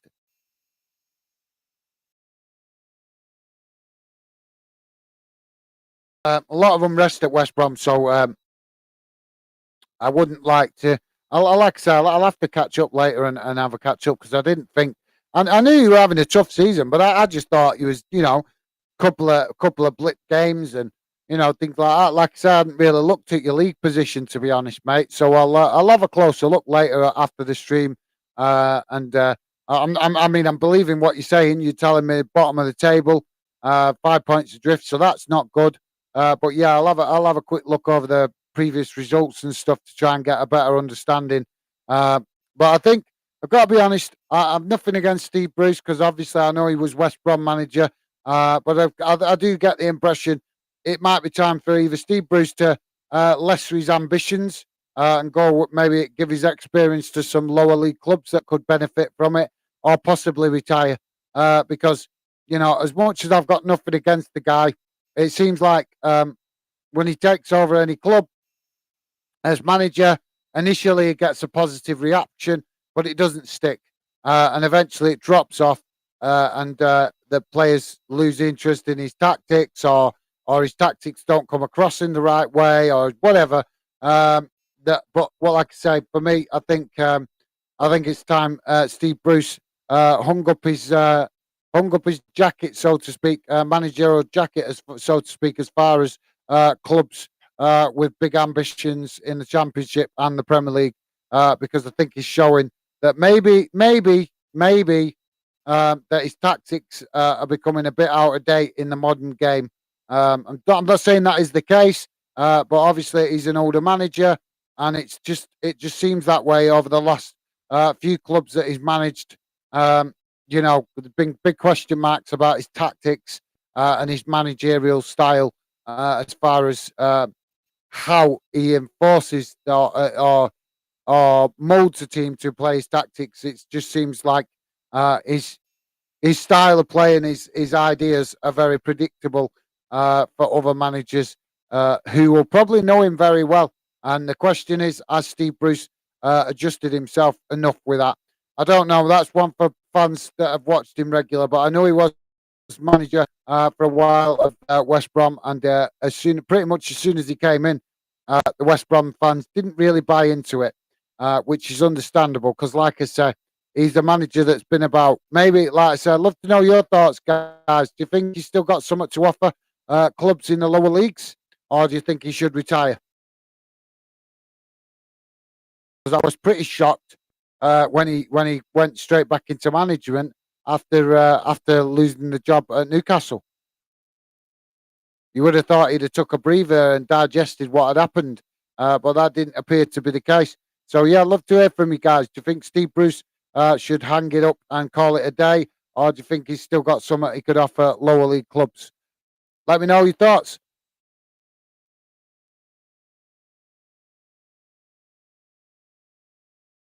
Back to the comments, guys. Please do hit that like button if you're just joining us. Would be great to hear from you. Aaron is saying EFL honestly need to have a look at themselves for the owners. They let in there's too many owners that run clubs to the ground, run clubs run clubs into the ground. Like Berry, the owners said he never heard of the bit of the of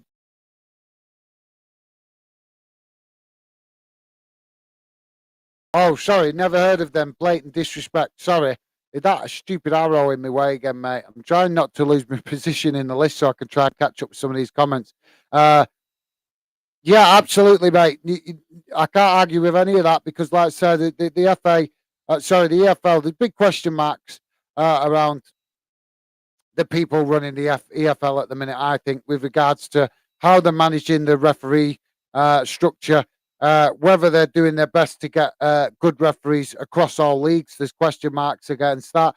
And there's also there's question marks about so many things in football where we as fans can see that they could be doing things to help improve the game, to help make the game better and more enjoyable. And they seem to do things that make the game more questionable and leave us as fans feeling extremely frustrated with their lack of what appears half the time a lack of knowledge and understanding of how the football pyramid works and what is required to make it fair and competitive and enjoyable for fans to watch week in week out. We don't want to keep speaking about as fans. I'm sure you guys don't know, but I know I don't want to keep speaking about the EFL. I don't want to keep speaking about the EFL and the FA and what they should and shouldn't be doing and whether referees are good or bad. I want to be enjoying the football. We want to be talking about goal scoring opportunities and should it have been a goal and was it a goal and things like that. You don't want to keep having this problem but unfortunately, it seems like the EFL and the FA like the attention. They want to cause controversy. It gets that. I don't know about you guys, but it does feel like that sometimes because they don't seem to come up with solutions. They seem to come up with more problems that we can criticize or create more problems that we can criticize. But yeah, let me know your thoughts, guys. Obviously, that's just from my point of view, but yeah, I have to agree with you, Aaron. It's shocking what's going on with the EFL, and I was just pointing out the issues with regards to everyday running of the club, and we're not even touching on this so-called fit and proper ownership stuff. That I think at some point, guys, we will look into that more. Maybe I'll have to possibly try and plan some time at some point in the future to do some research on that after the World Cup, maybe to actually so we can have a better understanding on exactly what the key criterias are that the FA do look for to make sure that the owners that we get in our football clubs are supposed to be fit and proper, because there's clearly something wrong with the process to keep having so many owners taking over football clubs that are not in it for footballing reasons. So yeah, but like I said, maybe that's one for the future, guys. I'll have to try and make a note of that for something possibly to look into a bit further down the line. But yeah, thank you very much for that, Aaron. Appreciate it, mate. Will is saying Carlos Cabrini had his first game today as West Bromwich Albion managed well. We can't expect him to work miracles. No manager is going to pull off, any miracles in the first couple of games. Got to give him time to get to know the players as well as the players get to know him and his ideas. So yeah, hopefully he can start to turn things around for you guys, mate. Is he the permanent? Has he been given the permanent manager job, or is he the caretaker manager? If he's still there, Will would love to know, mate. Is he been made permanent manager or caretaker manager? Aaron saying, "All right, mate. Cheers to be honest, never heard of him. Maybe just me though. Was he one of Steve Bruce's backroom staff?"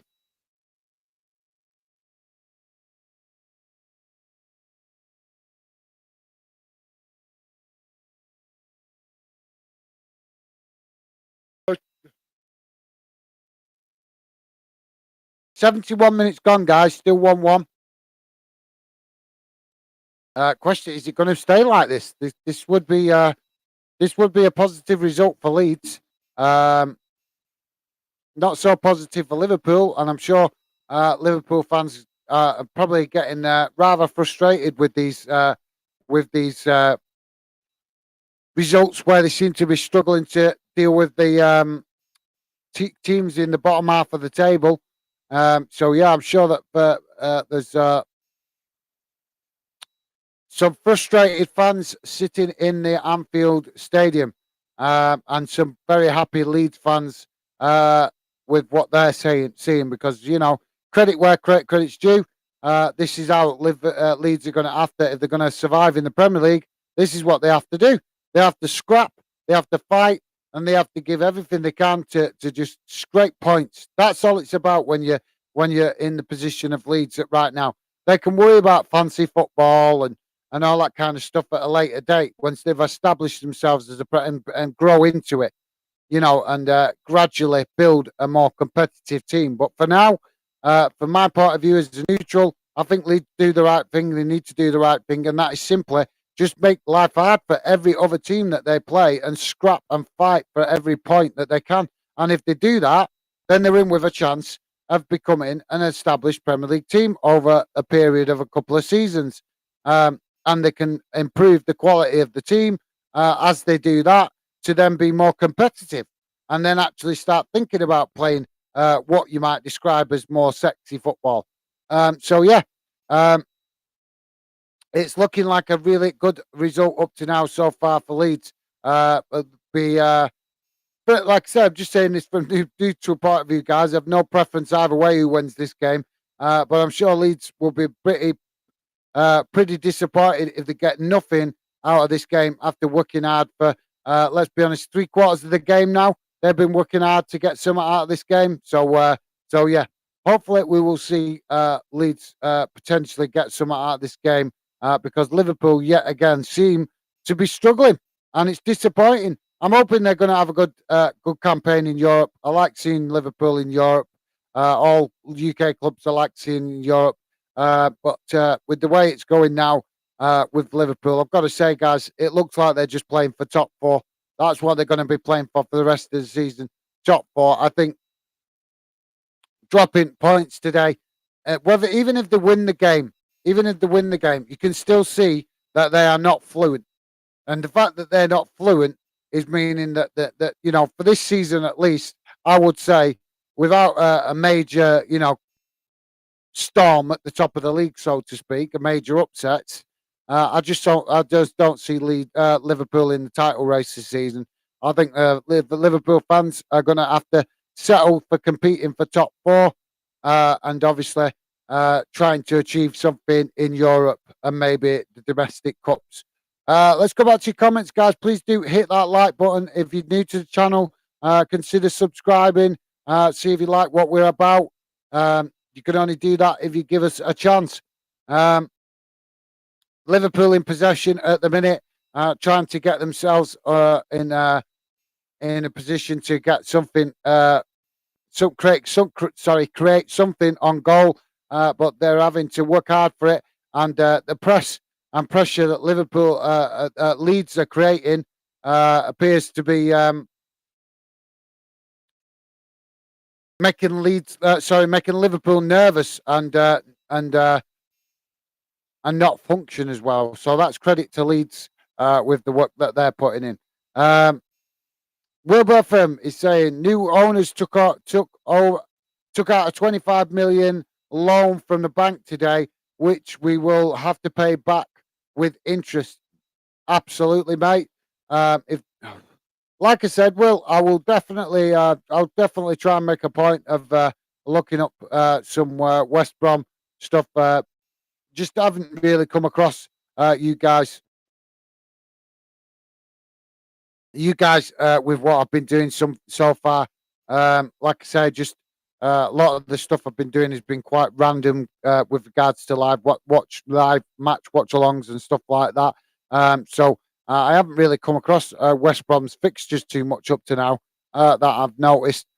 So yeah, like I said, Will, I will definitely have a look into it later, mate. But if that is the case, 25, yet again, it's if that is true, it's just yet again another example of bad ownerships.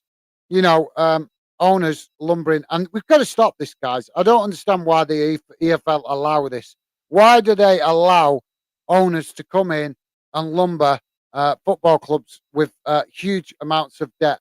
It shouldn't be allowed. There should be something in the rules or something that an ownership should have to have a certain amount of their own money invested. Maybe maybe if the EFL and the FA got their act together and maybe considered adopting a similar policy that we see in Germany, and I'm not saying we could copy the German league, but we could certainly embrace what they do to some extent. In Germany, the fans own 51% of the shares of a club, so that it means an owner never has the majority share. Now, I'm not saying we can do that exactly over here in the UK, but surely the EFL and the FA could start making rules that mean that so many shares, even if it's only 25% of the shares, is fan owned, because then that might actually stop these, might contribute to stopping these owners taking out these huge loans and putting our football clubs at risk. So yeah, like to know your thoughts on that, guys. But if that is the case, Will, I'm really, really not happy to hear about that, mate, because that is shocking. And yet again, it's just another example of unfortunately our fantastic or so self promoted fantastic football authorities that yet again showing that they're letting us down as a football community. With the fact that they're allowing some of these owners to take place. Liverpool just missed another cracking chance just outside the box, an opportunity, and the goalkeeper saved it. So yeah, it's heating up as we come into the last 10 or 15 minutes of the game now, guys, because 78 minutes gone. So we've got about 12 minutes game of normal time and whatever it is added on time. See if I can catch up with these messages a little bit here, guys. Uh, Aaron is saying, Aaron, oh, sorry, Will is saying, all right, guys, apologies to you talking to Aaron. My bad. So that helps a little bit. Thanks, that Will. Appreciate it, mate.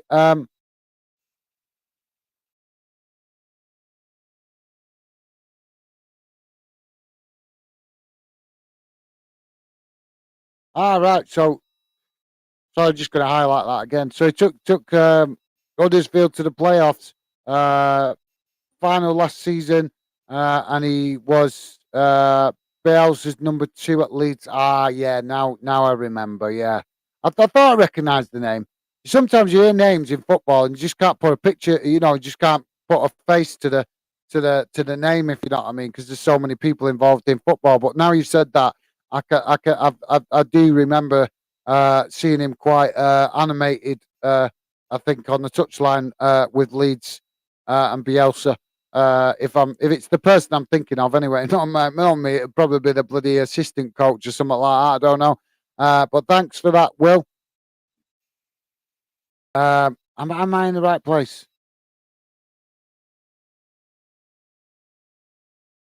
Aaron is saying, oh, he does sound like sound to too bad. Then just need to hope you get good owners coming in.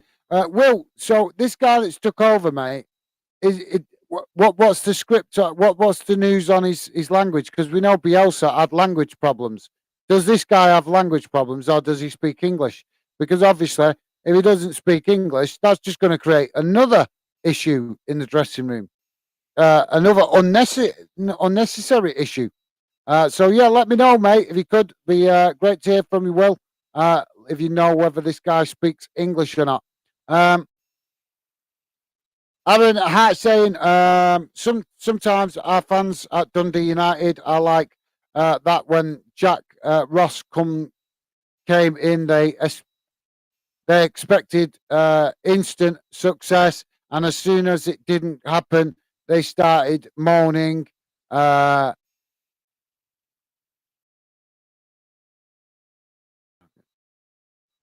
started moaning. He wasn't great. as well, though. Well, like I say, mate, it's fickle fans, isn't it? It's fans, like you say, it's these glory hunters fans that don't accept that you know you, you you have to accept it. You got you got to take the good with the bad. If a manager's going to be, you tend to see that the managers that have the most success are the managers where everybody embraces them walking through the door, and everybody is prepared because it does happen. We do see it happen where we get managers walk into a club and they take the job. All the fans are behind them. The club's right behind him, and there's a universal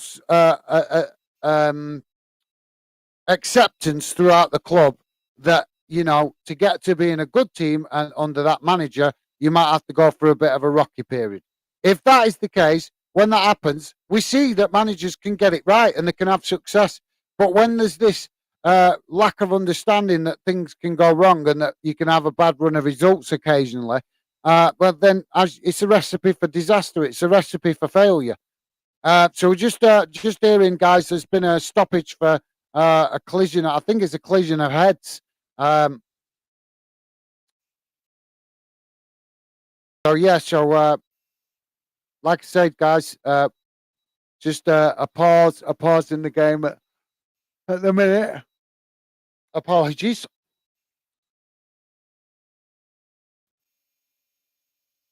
But yeah, absolutely, Aaron. Do you know? I've not seen you support your club like personally, but obviously, I like your attitude towards things, mate. You seem like you're a very a very intelligent football fan. That you look at the bigger picture from all the conversations I've had with you on the chats, on the stream and stuff. Sounds to me like you've got a very good intelligent view. You look at all of it. You look at all aspects, not just the good, like some fans do. Because some fans, let's be honest, some fans just want to look at the good all the time, and be the club's biggest critic when it's going bad. But I like that, Aaron. I like the way that you seem to analyze the bigger picture, mate. That is awesome.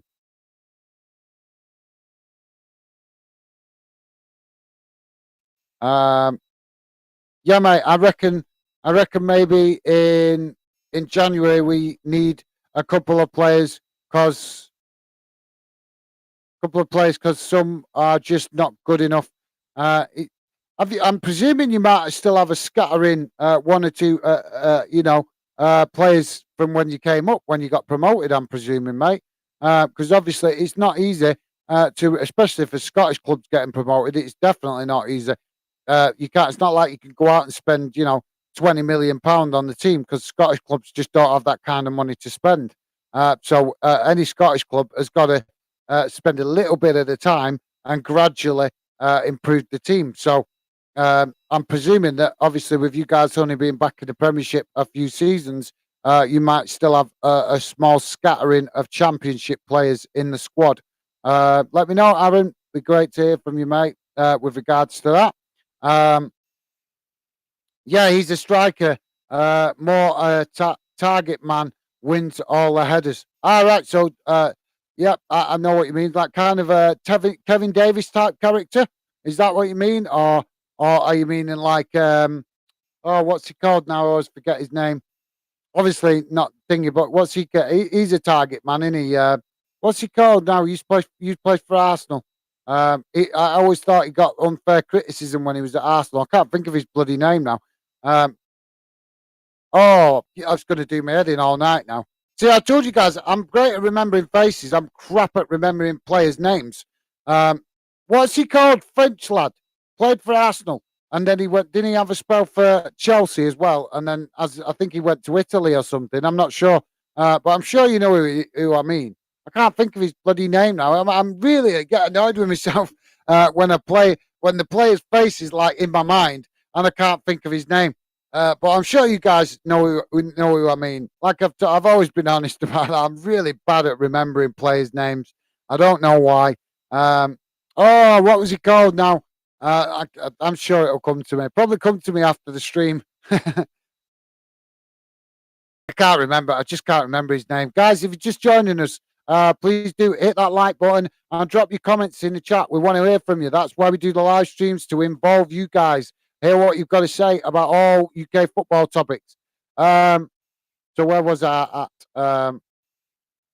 Aaron is saying, yeah, mate. Just want to help with the channel. I believe in it, and it's an amazing idea to try and get fans together. However,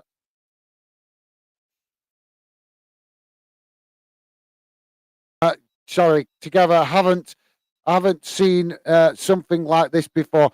Yeah, mate. Like I said, I wanna build a channel that you know fans can feel they can be involved in, and I mean real fans get to be involved in it. That they don't, that they don't feel like it's just somebody sitting in a studio and rambling on about football from their point of view and not considering what fans have got to say.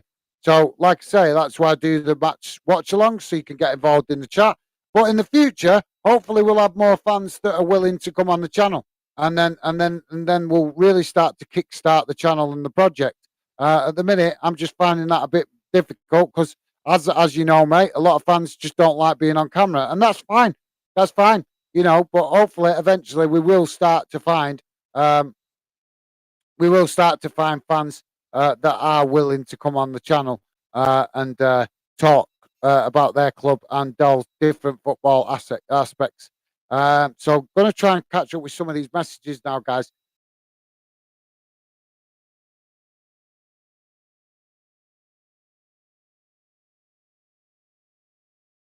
Oh, oh, come on.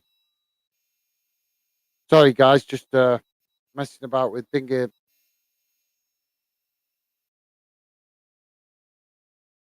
My earphone's gone off, so I can't hear the game. Sorry, guys, I'm just trying to get it back on. There we go.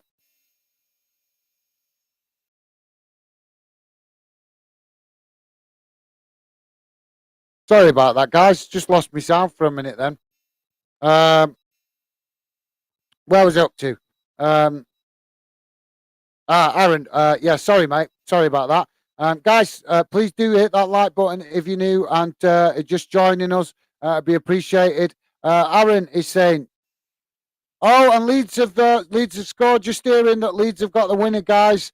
Uh, 88 minutes gone, or just coming up to 89 minutes, and it's nearly obviously the full 90, and it's Liverpool 1, Leeds 2. So that's an interesting one, guys. I said it before the game, speaking to a couple of Leeds fans, and they were saying, "Oh, don't think we'll get anything. Don't think we'll do anything tonight. We'll probably get battered." And I said to them that Liverpool are not at their best at the minute, and that leaves the door open for a possibility for a surprise result on Liverpool and Leeds to get points on the board. And this could be just what Leeds needs to kickstart their season. But yeah, Liverpool having a bit of a tough season this season. I don't understand. I've heard a lot of stupid comments saying that it's because Mane left, but come on. As much as Mane was a fantastic player, there's no question about it. The position that he played for Liverpool is not a position that should cause a team to completely, have a meltdown in respect of the form that they were showing the year before. So yeah. Anyway, let me try and crack on with catching up with some of these comments. But yeah, Aaron, thank you very much, mate. Absolutely, really, really appreciate the support you've been giving, mate. Honestly, it hasn't gone unnoticed. It's massively appreciated. Aaron saying, who were Bolton playing today? Oxford. We lost. We lost 3-1 to Oxford. Really poor performance in respect of how much pressure we actually put on the goalkeeper, but a good performance in respect of the effort the players put in. It was a good game. It's just like I said, just disappointing from a Bolton perspective because I don't think we worked the goalkeeper enough, and the referee also seemed to show that he was a shocker, absolute shock in his standards. How we can keep having these kind of referees put in lower leagues with such poor standards of professionalism is beyond me. But that's one to talk about for another day. But yeah, Oxford it was, mate. Oxford. Aaron is saying, I think he should. I should have retired. His tactics don't work anymore. Maybe it would be. It wouldn't. Maybe it would at a League One club, but I would. But I don't see it happening because don't. don't oh, this is so frustrating with Zawa. Don't think club would. Don't think club would be looking at him to be manager. Well, I think, to be honest, I don't know if lower league clubs would look at him to be manager. I think the question is, would Steve Bruce turn his nose up at it? Because he's been a manager near the top of the in the Premier League and the Championship now for quite a number of years. So do you think he would maybe be a bit snobby about it? Do you maybe think he would think he was too good to manage League One or League Two club? Let me know, mate. That's my thinking. Where do you know? I'm getting really annoyed with this arrow now. It just creates nothing but a headache. Right,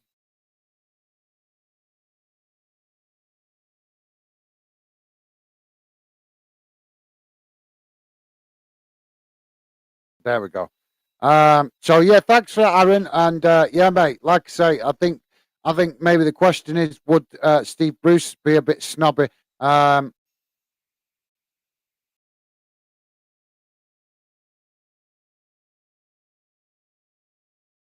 uh, William Pike. How's it going, mate? Appreciate you dropping in. There's a new face in the chat. I would say Leeds. We're going for tactics and start. It's been end to end, mate. It's been end to end. But I would say Leeds have looked more comfortable in the game, and Liverpool have, you know, they've just got their. I don't know. I cannot put my finger on what the issues are with Liverpool. We know they've got all the talent. It's not like they've got mega. I know they had earlier in the season they had some issues with injuries in midfield, but a club the size of Liverpool, uh, only on the rare occasion should that impact them on the field in a big way. Most of the time, they should be able to deal with injuries and in any part of the field. But yeah, for me, listening to it, I would say Leeds have looked the better team overall because Liverpool's play looks a bit. It just looks a bit panicky because they're not flowing naturally. So it looks like they're trying to force it rather than let it come naturally. And as we've seen when Liverpool played their best football, they play their best football when they let it come naturally. Like I say, when you're not getting the results, it's understandable they're going to push um, to try and turn that results round. But like I say, they just don't look natural, like they're playing their natural, relaxed football at the minute. So hopefully that answers your question, mate. And appreciate you getting involved in the chat. Always good to see new faces come dropping in on the chat, mate. Thank you very much for that.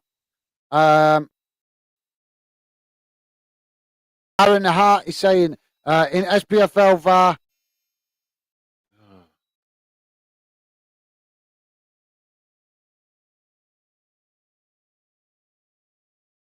Sorry, just bear with me, side guys. Just refreshing the teams. Um,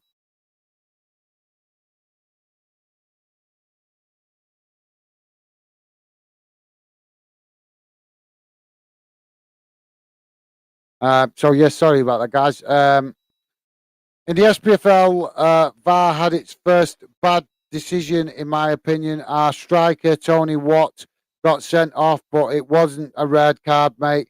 Went to VAR and they gave it a red card foul. Mate, that doesn't surprise me at all. There's still question marks about how it's being used in the Premier League as well, mate. So I'm sure you're well aware, obviously being a Man United fan as well, that there's still massive question marks in the excuse me, in the Premier League about it. I think I've got indigestion or something because I've not had now to eat. um, but yeah, absolutely, mate. Like I say, as long as we're seeing it in the Premier League, then there's definitely going to be issues with it in Scotland. But like I said, I think we can't be too critical of it just yet. Overall, obviously, I'm talking generally. Um, just because, like I say, it's only been 2-3 weeks they've been using it in Scotland. So before we go all guns blazing, criticising the referees how they use it, and I'm sure we will be doing it at some point, mate. Um, at the minute, I think we can enjoy the calm before the storm because we've got to kind of give them a little bit of breathing space, learning to use the technology, and I think that I don't expect the mistakes to stop. I expect they're going to make mistakes getting used to it, and they're going to carry on making more mistakes after they get used to it. But yeah, I think we've got to see be plenty to talk about in the Scottish leagues with regards to VAR and its use over the over the rest of the season and obviously into next season. So it's finished. It's finished at Anfield, guys. Liverpool 1, Leeds United 2. So for all those Leeds fans that were talking about they had no chance and all this kind of stuff, well, they've just, Leeds have just proved, that they can compete. But obviously, Liverpool, big questions going to be asked about Liverpool now because they're showing that they've got some serious issues going on at the club with regards to why this team is suddenly not performing in the league because we can't really apply it to the Champions League. They're still performing in the Champions League, but in the Premier League, Liverpool look bereft of ideas. They look like they're forcing it. They look like it's not coming natural to them. And as long as you're playing like that, then you're always going to struggle for results. I don't understand it because they've got some fantastic players at Liverpool. So I don't understand how they can't be getting it right. Hopefully, Klopp figures out how to get it right because, from my point of view, I want to see more clubs competing at the top with Manchester City. I'm nothing against Manchester City. It's just the last few years we've seen them win that title so much that, come on, guys, we want to see different clubs winning it each season. That's an indication that it's a competitive league. If you're seeing the same club win it year in, year out, then that indicates that it's not a very competitive league. Even though we know it is a competitive league, it doesn't look like it on the face value of it when you're seeing the same club win, season in, season out.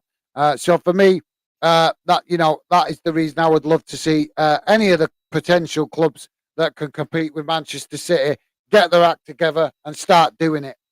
Start getting the results they need to compete at the top of the league. But yeah, massive congratulations to Leeds. Fantastic result for Leeds fans.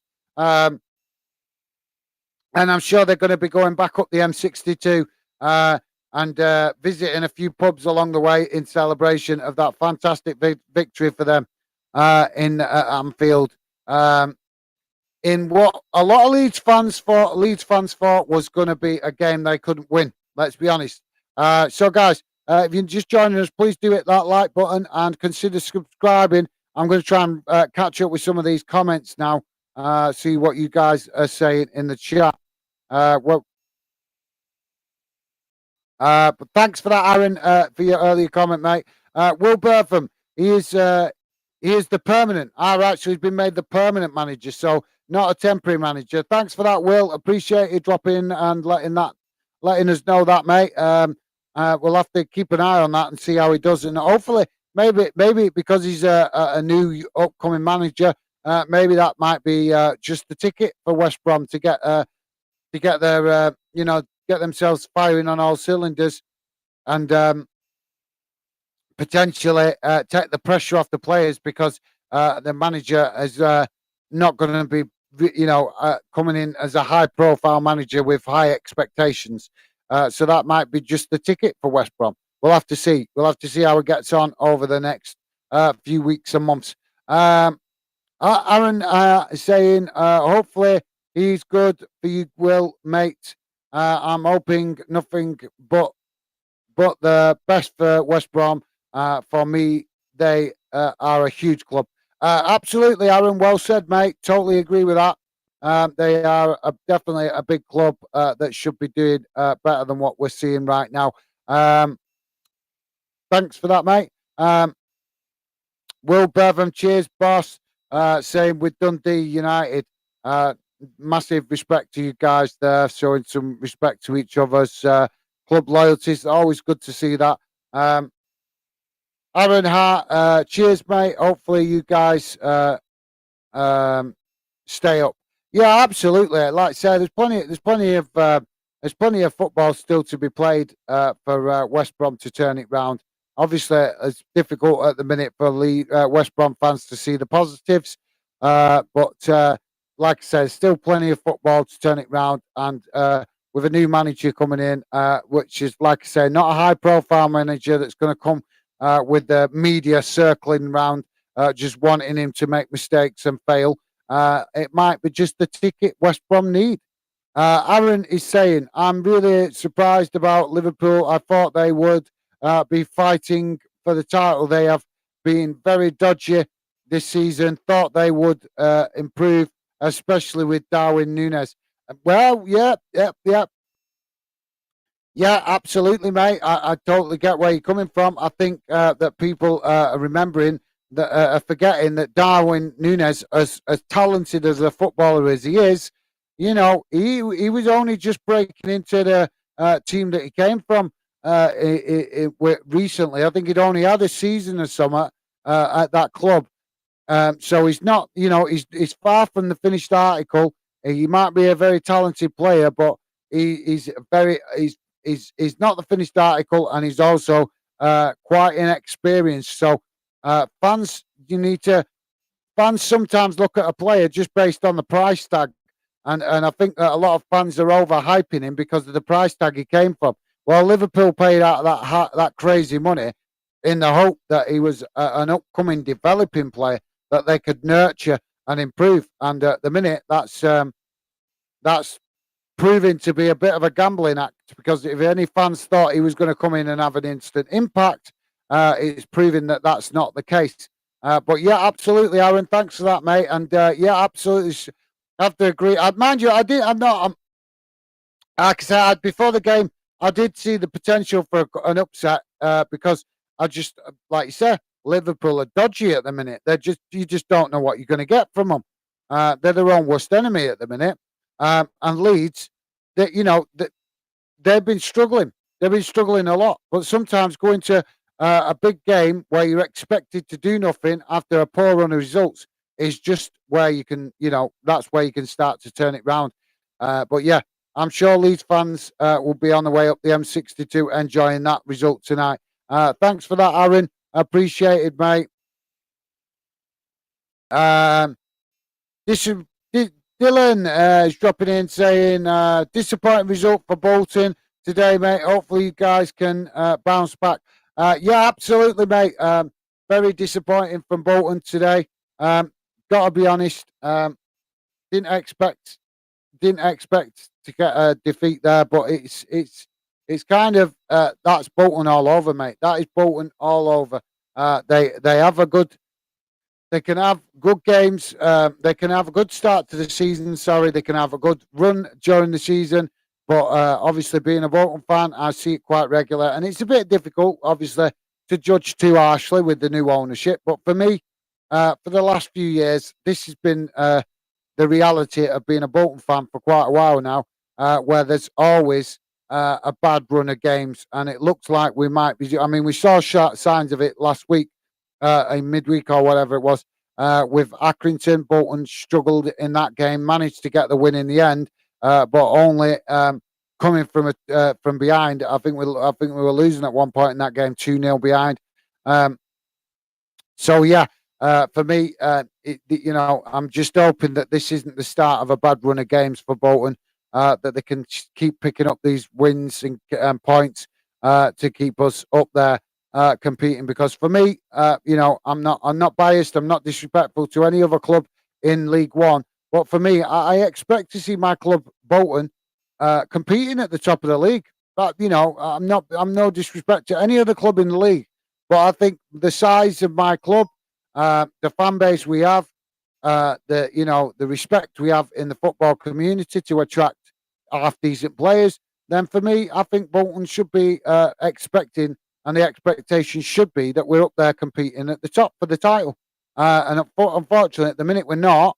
We are up there competing in the playoff spots, but for me, I think we should be doing better. I do. I think we should be doing better. But like I say, it is. It is a tough, scrappy league, so you have to give respect to the other teams in the league. But yeah, losing at home to Oxford is not the kind of result any Bolton fan would accept. Is good enough. But thanks for that, Dylan. Appreciate you dropping in, mate. Always appreciated. Aaron Hart saying, "Didn't your team play today, Dylan?" Yeah, I'm sure. Yeah, I'm sure Portsmouth played today. I can't remember. Um, like I said, I'm not very good at absorbing stuff when I've got live streams planned, guys. I'm just fully focused on getting it done. That's why after tonight it would be a day off tomorrow for this live streaming.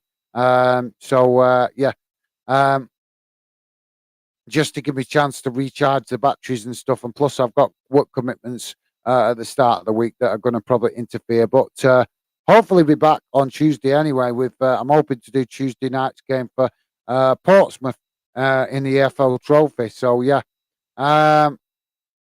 Ella, how's it going, mate? Appreciate you dropping in. How are you doing? Hope you're having a nice weekend. And like I say, hopefully you doing well yourself as well, mate. Thank you very much for dropping in. Ella is saying not a good result for Villa today. Right, sorry, mate. I missed Villa's result today. I didn't come in till work from coming from working till late afternoon, and I'm only managed to catch the second half of the Bolton game. And obviously, I was getting prepared for the live stream, so I only had a quick glance over the results, which was probably a stupid idea because I can't even remember most of the results now. But thank you very much, Ella. Appreciate you dropping in, mate. Always appreciate your support whenever you can. Come and get involved. Aaron is where was up to? Aaron. All right, Ella. Welcome to the chat, to the stream. I saw that that got beat 4-0 today. Very unlucky. Well, obviously, with the new manager coming in, it's going to take a little bit of time for him to get his ideas across. I think. Sorry, I'm thinking too fast. With regards to Villa, I think obviously with Stevie Gerrard gone, I think it's going to be a little bit of a topsy turvy few games for you guys over the next few weeks. Hopefully, you'll find a winning get your words out, Gareth. A winning rhythm. But like I say, I think over the next couple of weeks, in the short term at least, I think you're going to have a little bit of an up down few weeks with regards to results, mate. But hopefully, Villa find a winning rhythm or a rhythm at least that starts getting more wins and draws and less defeats getting going soon. Good, thanks, Aaron. How are you? Obviously, you guys talking amongst yourselves. Sorry, it's me being a bit behind the comments. Yeah, Ella mentioning Newcastle there. Yeah, Ella, like I say, Newcastle having a fantastic season. Absolutely fantastic season. Aaron Hart, you think of Oliver Giroud? Yeah, that's it. Oliver Giroud. Nice one, Aaron. I just couldn't think of his name, mate. Like I said, I'm really good at remembering players' faces, but I'm crap at remembering their names. But yeah, Oliver Giroud, that's exactly who I meant, mate. Thanks for that, Aaron. Don't you annoy you when you know a player and the name of the player is on the tip of your tongue, but it just won't come. It just won't come. So yeah, thanks for that, Aaron. I just, like I say, just wouldn't come to me. His name just wouldn't go. I knew it. I'm sitting here and I'm picturing his face and everything, but just the name wouldn't come to me, mate. So nice one for that. Appreciated. I'm great, Ella. Yeah, Newcastle look on the way up. Villa in a kind of transition. Yeah, like I say, definitely a transition period at the minute with the change of managers for Villa. But yeah, but as far as Newcastle's concerned, I'm glad to see Newcastle doing well. Uh, Obviously, question marks over their owners. There's plenty to discuss, and I'm sure that will be discussed the more Newcastle continue to improve. But for Newcastle fans themselves, I'm just buzzing to see them having something to shout about. They've had so long being unhappy as a fan base, so long feeling frustrated, so long seeing their players just not live up to the expectation that they should do.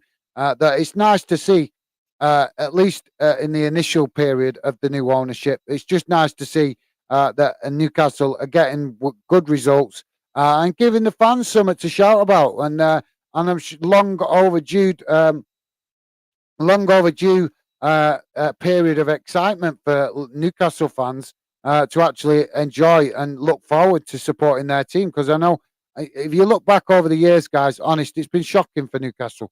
For Newcastle fans, it's actually been shocking. It's not just been like 1 or 2 seasons. It goes back over years of them having really disappointing seasons consistently in the Premier League and just underachieving. And let's be honest, the size of that club, the size of the fan base, there's no question there should be a mid-table team at the very minimum and pushing to potentially get into Europe. And they've been nowhere near that for quite a few years. So it is very nice to see Newcastle fans being able to enjoy their football for a change. Because, like I said, I know that club has got a lot of passionate fans that have not had a lot to shout about for quite a long time. So yeah, absolutely, I totally agree with you guys. Well said. Um, Aaron is saying, yeah, we have a couple of players from the championship. They're decent players, but some should go go as today. Should go as today. A bit of them couldn't pass the ball properly. Um, right. Well, obviously, I'll take your word for that one, mate. Um,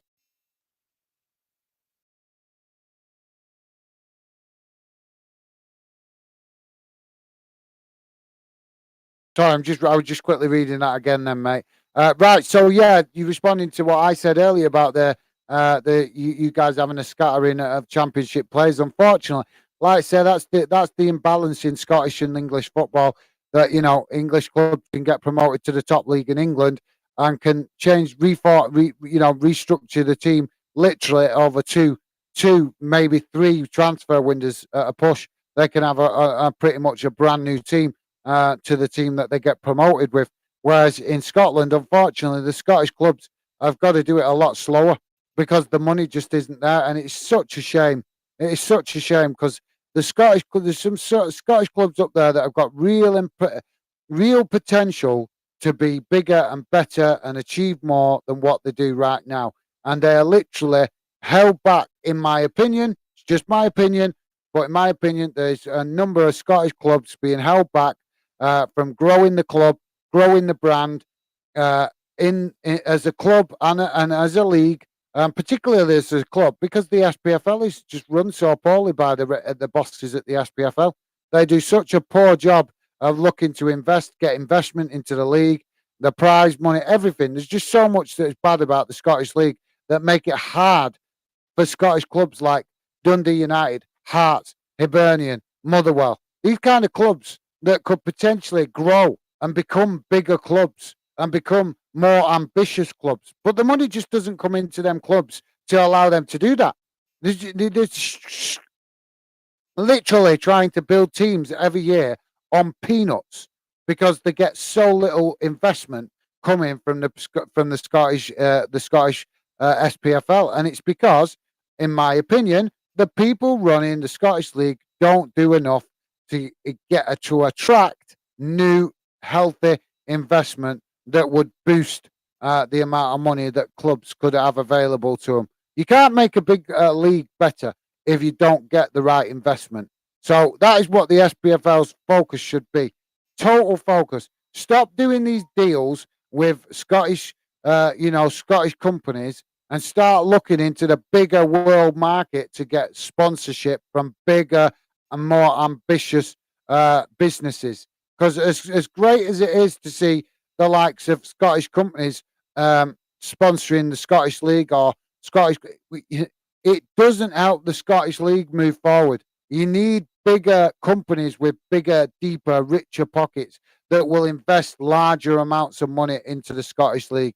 And that's where, for me, the SPFL bosses just don't do their job properly. They're always happy to settle for a mediocre company sponsoring the league instead of being more ambitious to get, companies to sponsor that have got bigger and, bigger, deeper, richer pockets, so to speak.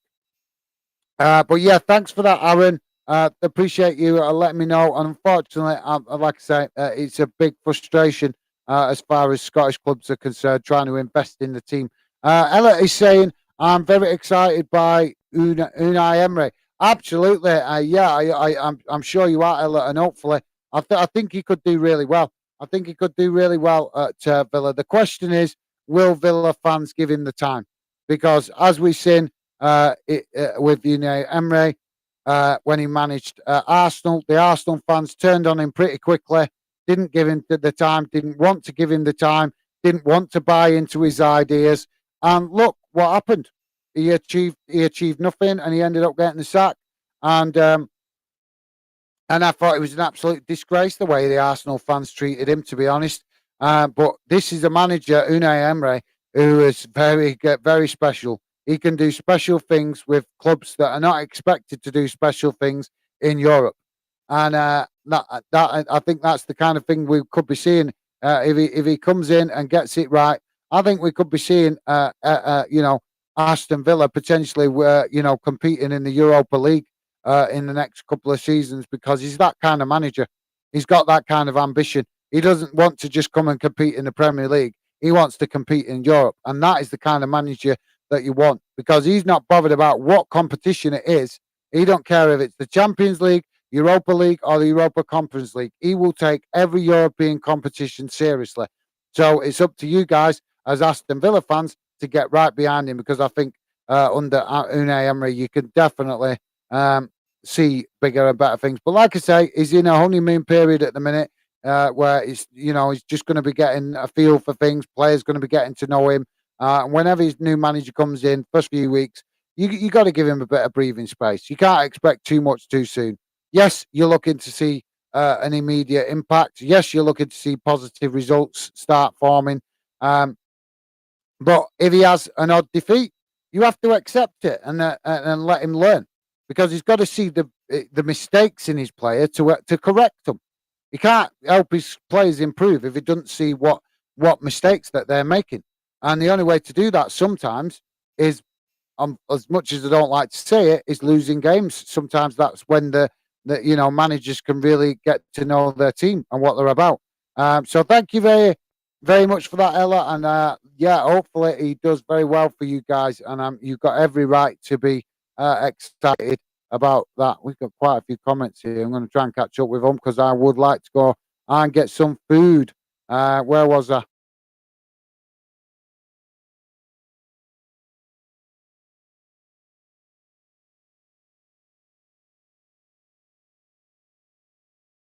Oh, I'm fed up with this stupid arrow thing. Keep losing my position in the messages. It's really annoying.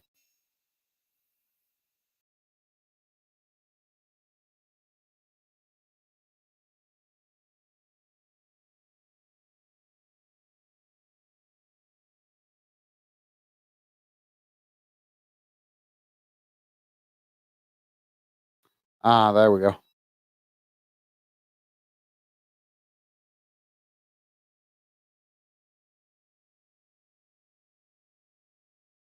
There we go. Sorry, guys, I lost my position in the chat. Aaron is saying, "Yeah, I never expected you to get him. He's a great manager. Think he won the Europa League. Yeah, he did. He did win the Europa League. He won it. He's the only manager to win the Europa League in three running seasons, three consecutive seasons with the same team. He's the first manager to achieve that. So, and that was with Seville. Was it Seville? I think it was Seville. I think it was Seville. He won the Europa League back to back 3 seasons in a row. And he's the first manager to do that, I think, if I remember correctly. So yeah, and then I think he then went on and win. Didn't he win it again? A couple of seasons after that with another club. I'm not sure. Yeah, I'd have to check that. But yeah, he's a very successful manager. That's what I'm saying. It doesn't matter if you're in the Europa League, Champions League, or you the Europa Conference League. He will take every competition seriously. He doesn't. He's not one of these managers that just starts putting out weaker teams and all that kind of stuff. If he comes to manage, if when he comes to manage Aston Villa, he will show you. He will take both European. If he gets you in Europe, he will take that just as seriously as playing it in the Premier League.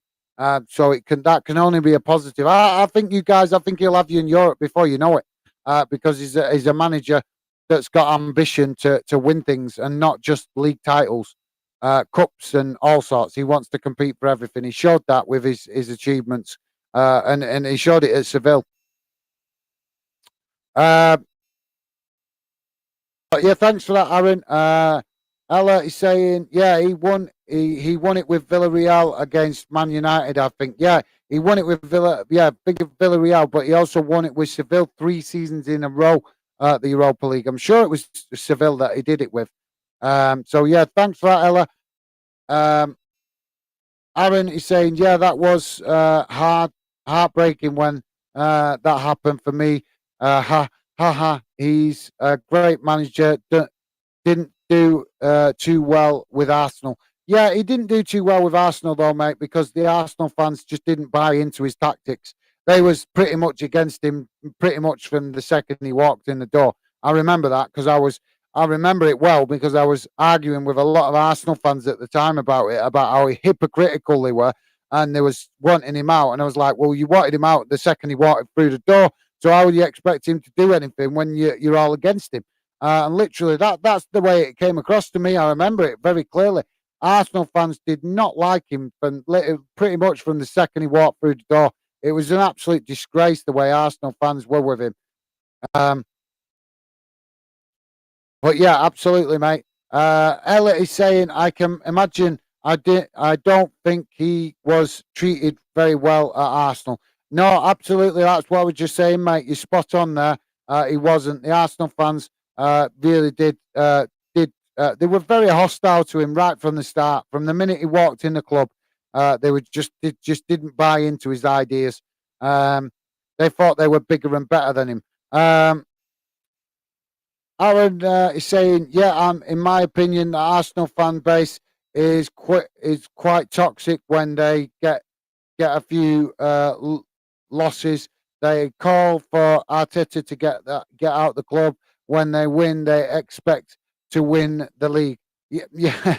Well, you said it, mate. You said it. I've nothing against Arsenal, but you're right. I've got to agree with you. You're right. They're one of the most hypocritical fan bases there is out there. They only got to lose two games, and they're asking for the manager to be sacked. Do you know what I mean? That's how bad the Arsenal fans can be sometimes. So yeah, absolutely, totally have to agree with you to a certain extent there, mate.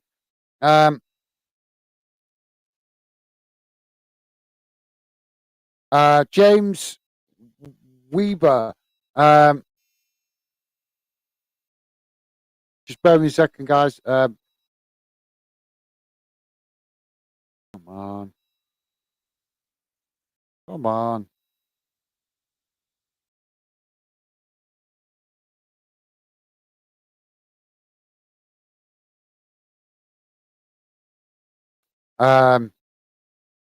James Weber, how's it going, mate? Welcome to Fan Den. I appreciate you getting involved. Always great to see new fans in the chat. As a United fan, I'm scared about Newcastle, and at this point, I feel bad for Liverpool. A United fan feeling bad for Liverpool?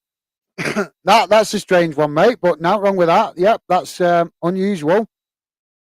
But yeah, absolutely. I know where you're coming from, mate. It's not just Man United that should be fans that should be bothered about Newcastle.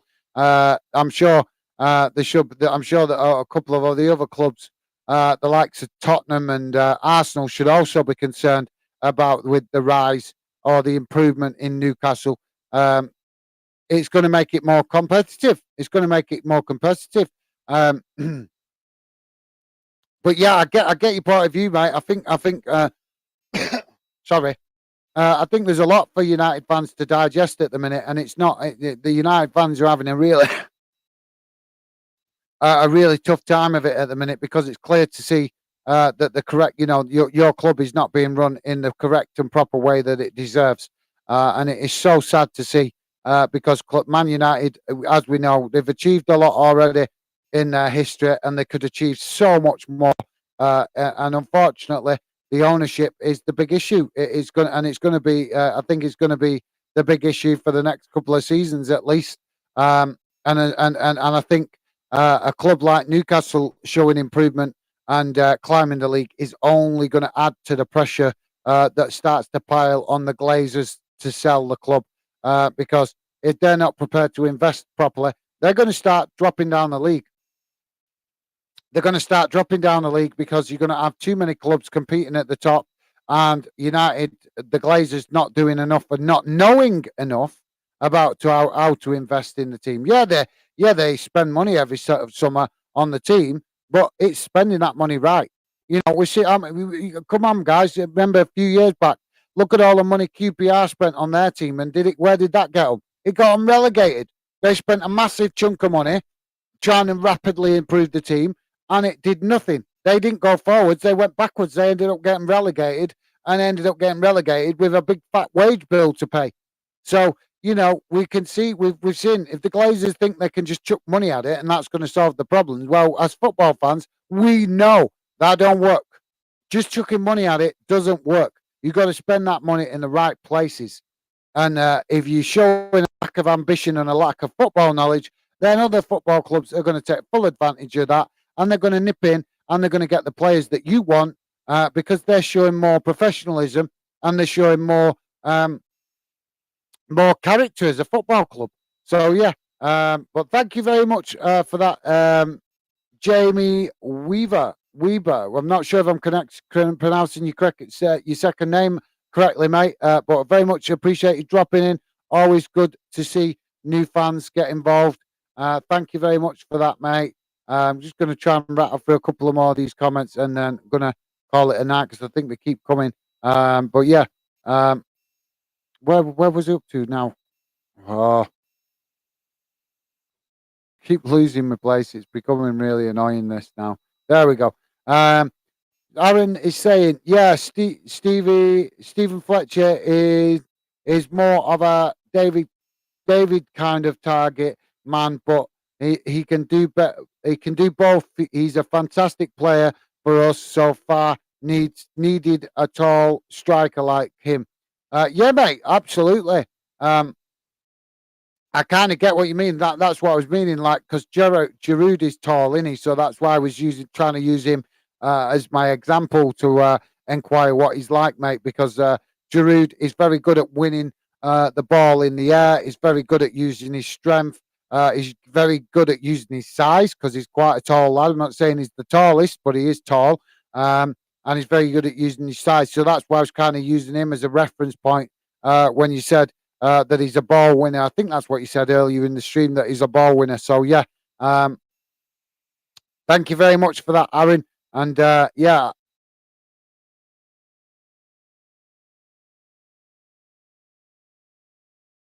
Oh, we should stop joining. But yeah, thanks for that, Aaron. Like I say, mate, I'm really honest. I sincerely mean it, mate. I hope Dundee start to improve results over the next few weeks because it's it's more you guys Dundee United got a very loyal fan base, and it would be great to see the fans have something to shout about. Davis, I mean. Yep, no worries, Aaron. I kind of got what you meant, but yeah, thanks.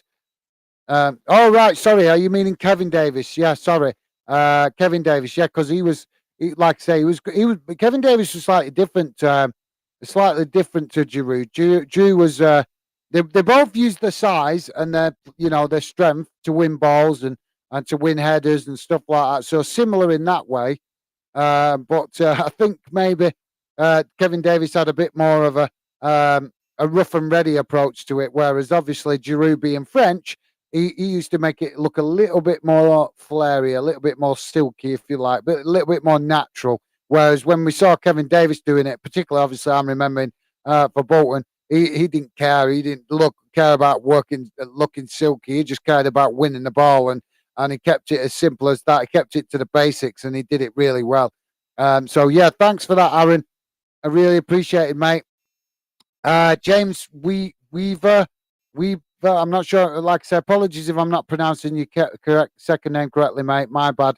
What do we all think about Chelsea today? Not. I'd, I'd say I don't know, mate. My computer's gone off, so I can't even check their results. I don't know, mate. Like I said, I haven't really looked.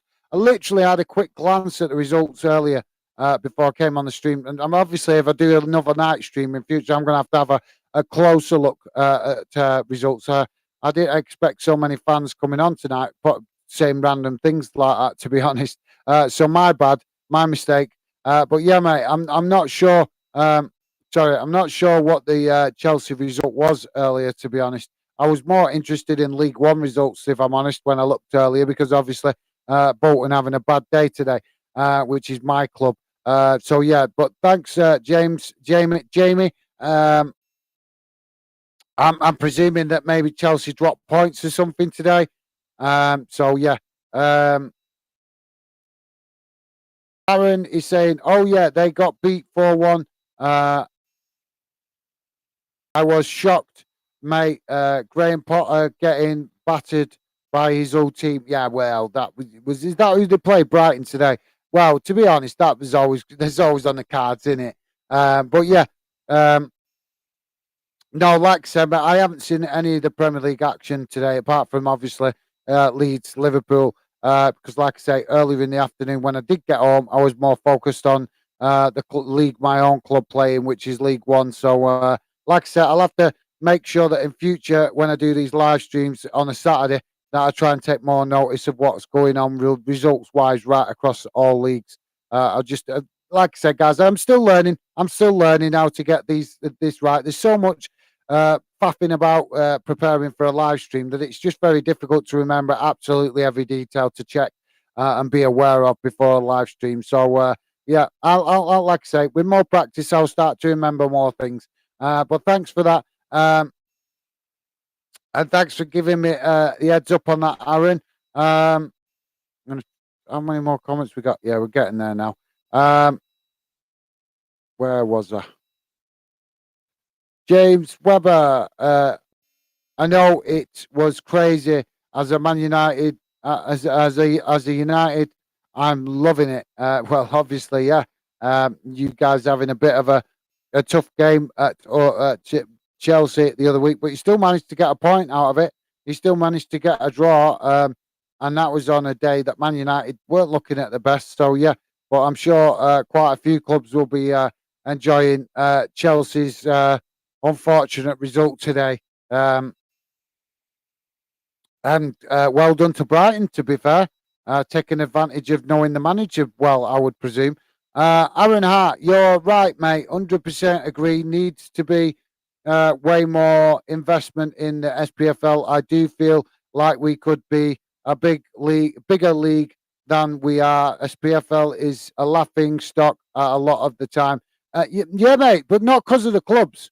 The laughing stock is because of the league, the way the league is managed, because the SPFL bosses hold you back. That's my opinion. I think the SPFL people running the SPFL are holding back the potential of all the Scottish clubs and what they could achieve, and the fact of growing as clubs. They could grow and improve and build better teams and be more competitive, grow the fan base, grow the interest worldwide.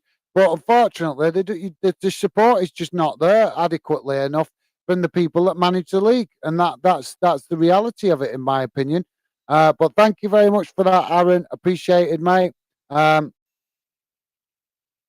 You're a Man United fan as well, mate. Yeah, obviously. James Webber, yeah, obviously. Well, if you're still there, James, Aaron is a massive Manchester United fan as well as a Dundee United fan. So maybe you guys want to talk to each other on social media about football stuff. I think we've finally get to the end of the messages now, guys. Aaron is saying, I really like how Unai Emery got given another chance in the Premier League. It's he deserves it 100%. Yeah. Absolutely, well said, Aaron. Got to agree with that because, like I said earlier, Arsenal fans give him a bit of a tough time. So yeah, I think he definitely deserves another chance. And let's hope that that the Aston Villa fans get right behind him, unlike the Arsenal fans who decided to turn on him pretty much as soon as he walked through the door.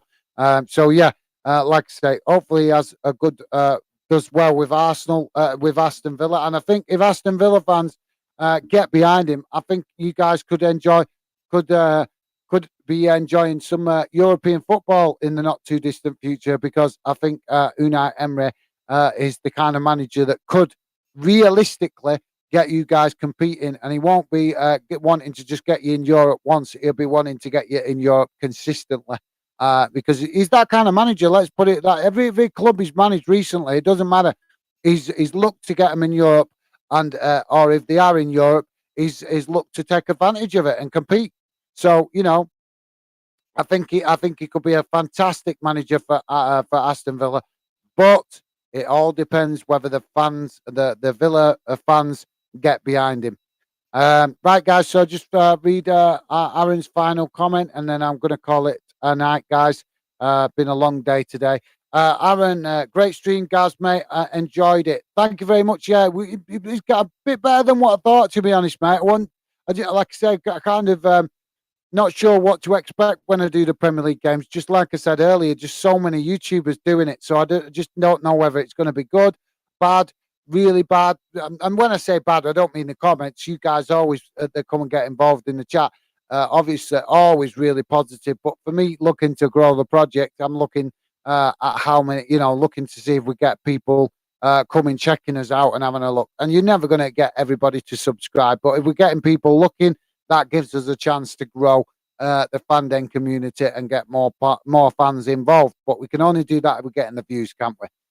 So yeah, but yeah, like I say, mate, obviously probably not the most busiest stream we've had, but for a Premier League game, I'm happy that we've at least seen quite a few viewers coming in, which hopefully shows fans that we're not just that we're trying to cover all aspects of the football leagues across the UK.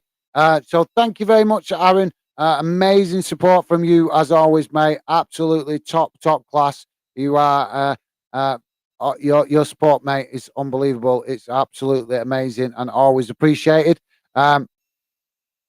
Obviously, I'm disappointed for you, mate, today that you didn't get the result that you was hoping for. But is it tomorrow?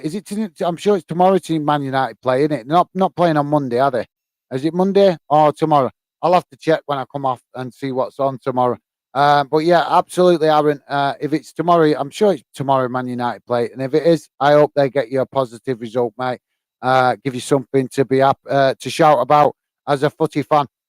So thank you very much, Aaron. Really appreciate it. Thanks to all you other guys that have dropped in today and got involved. Really appreciated.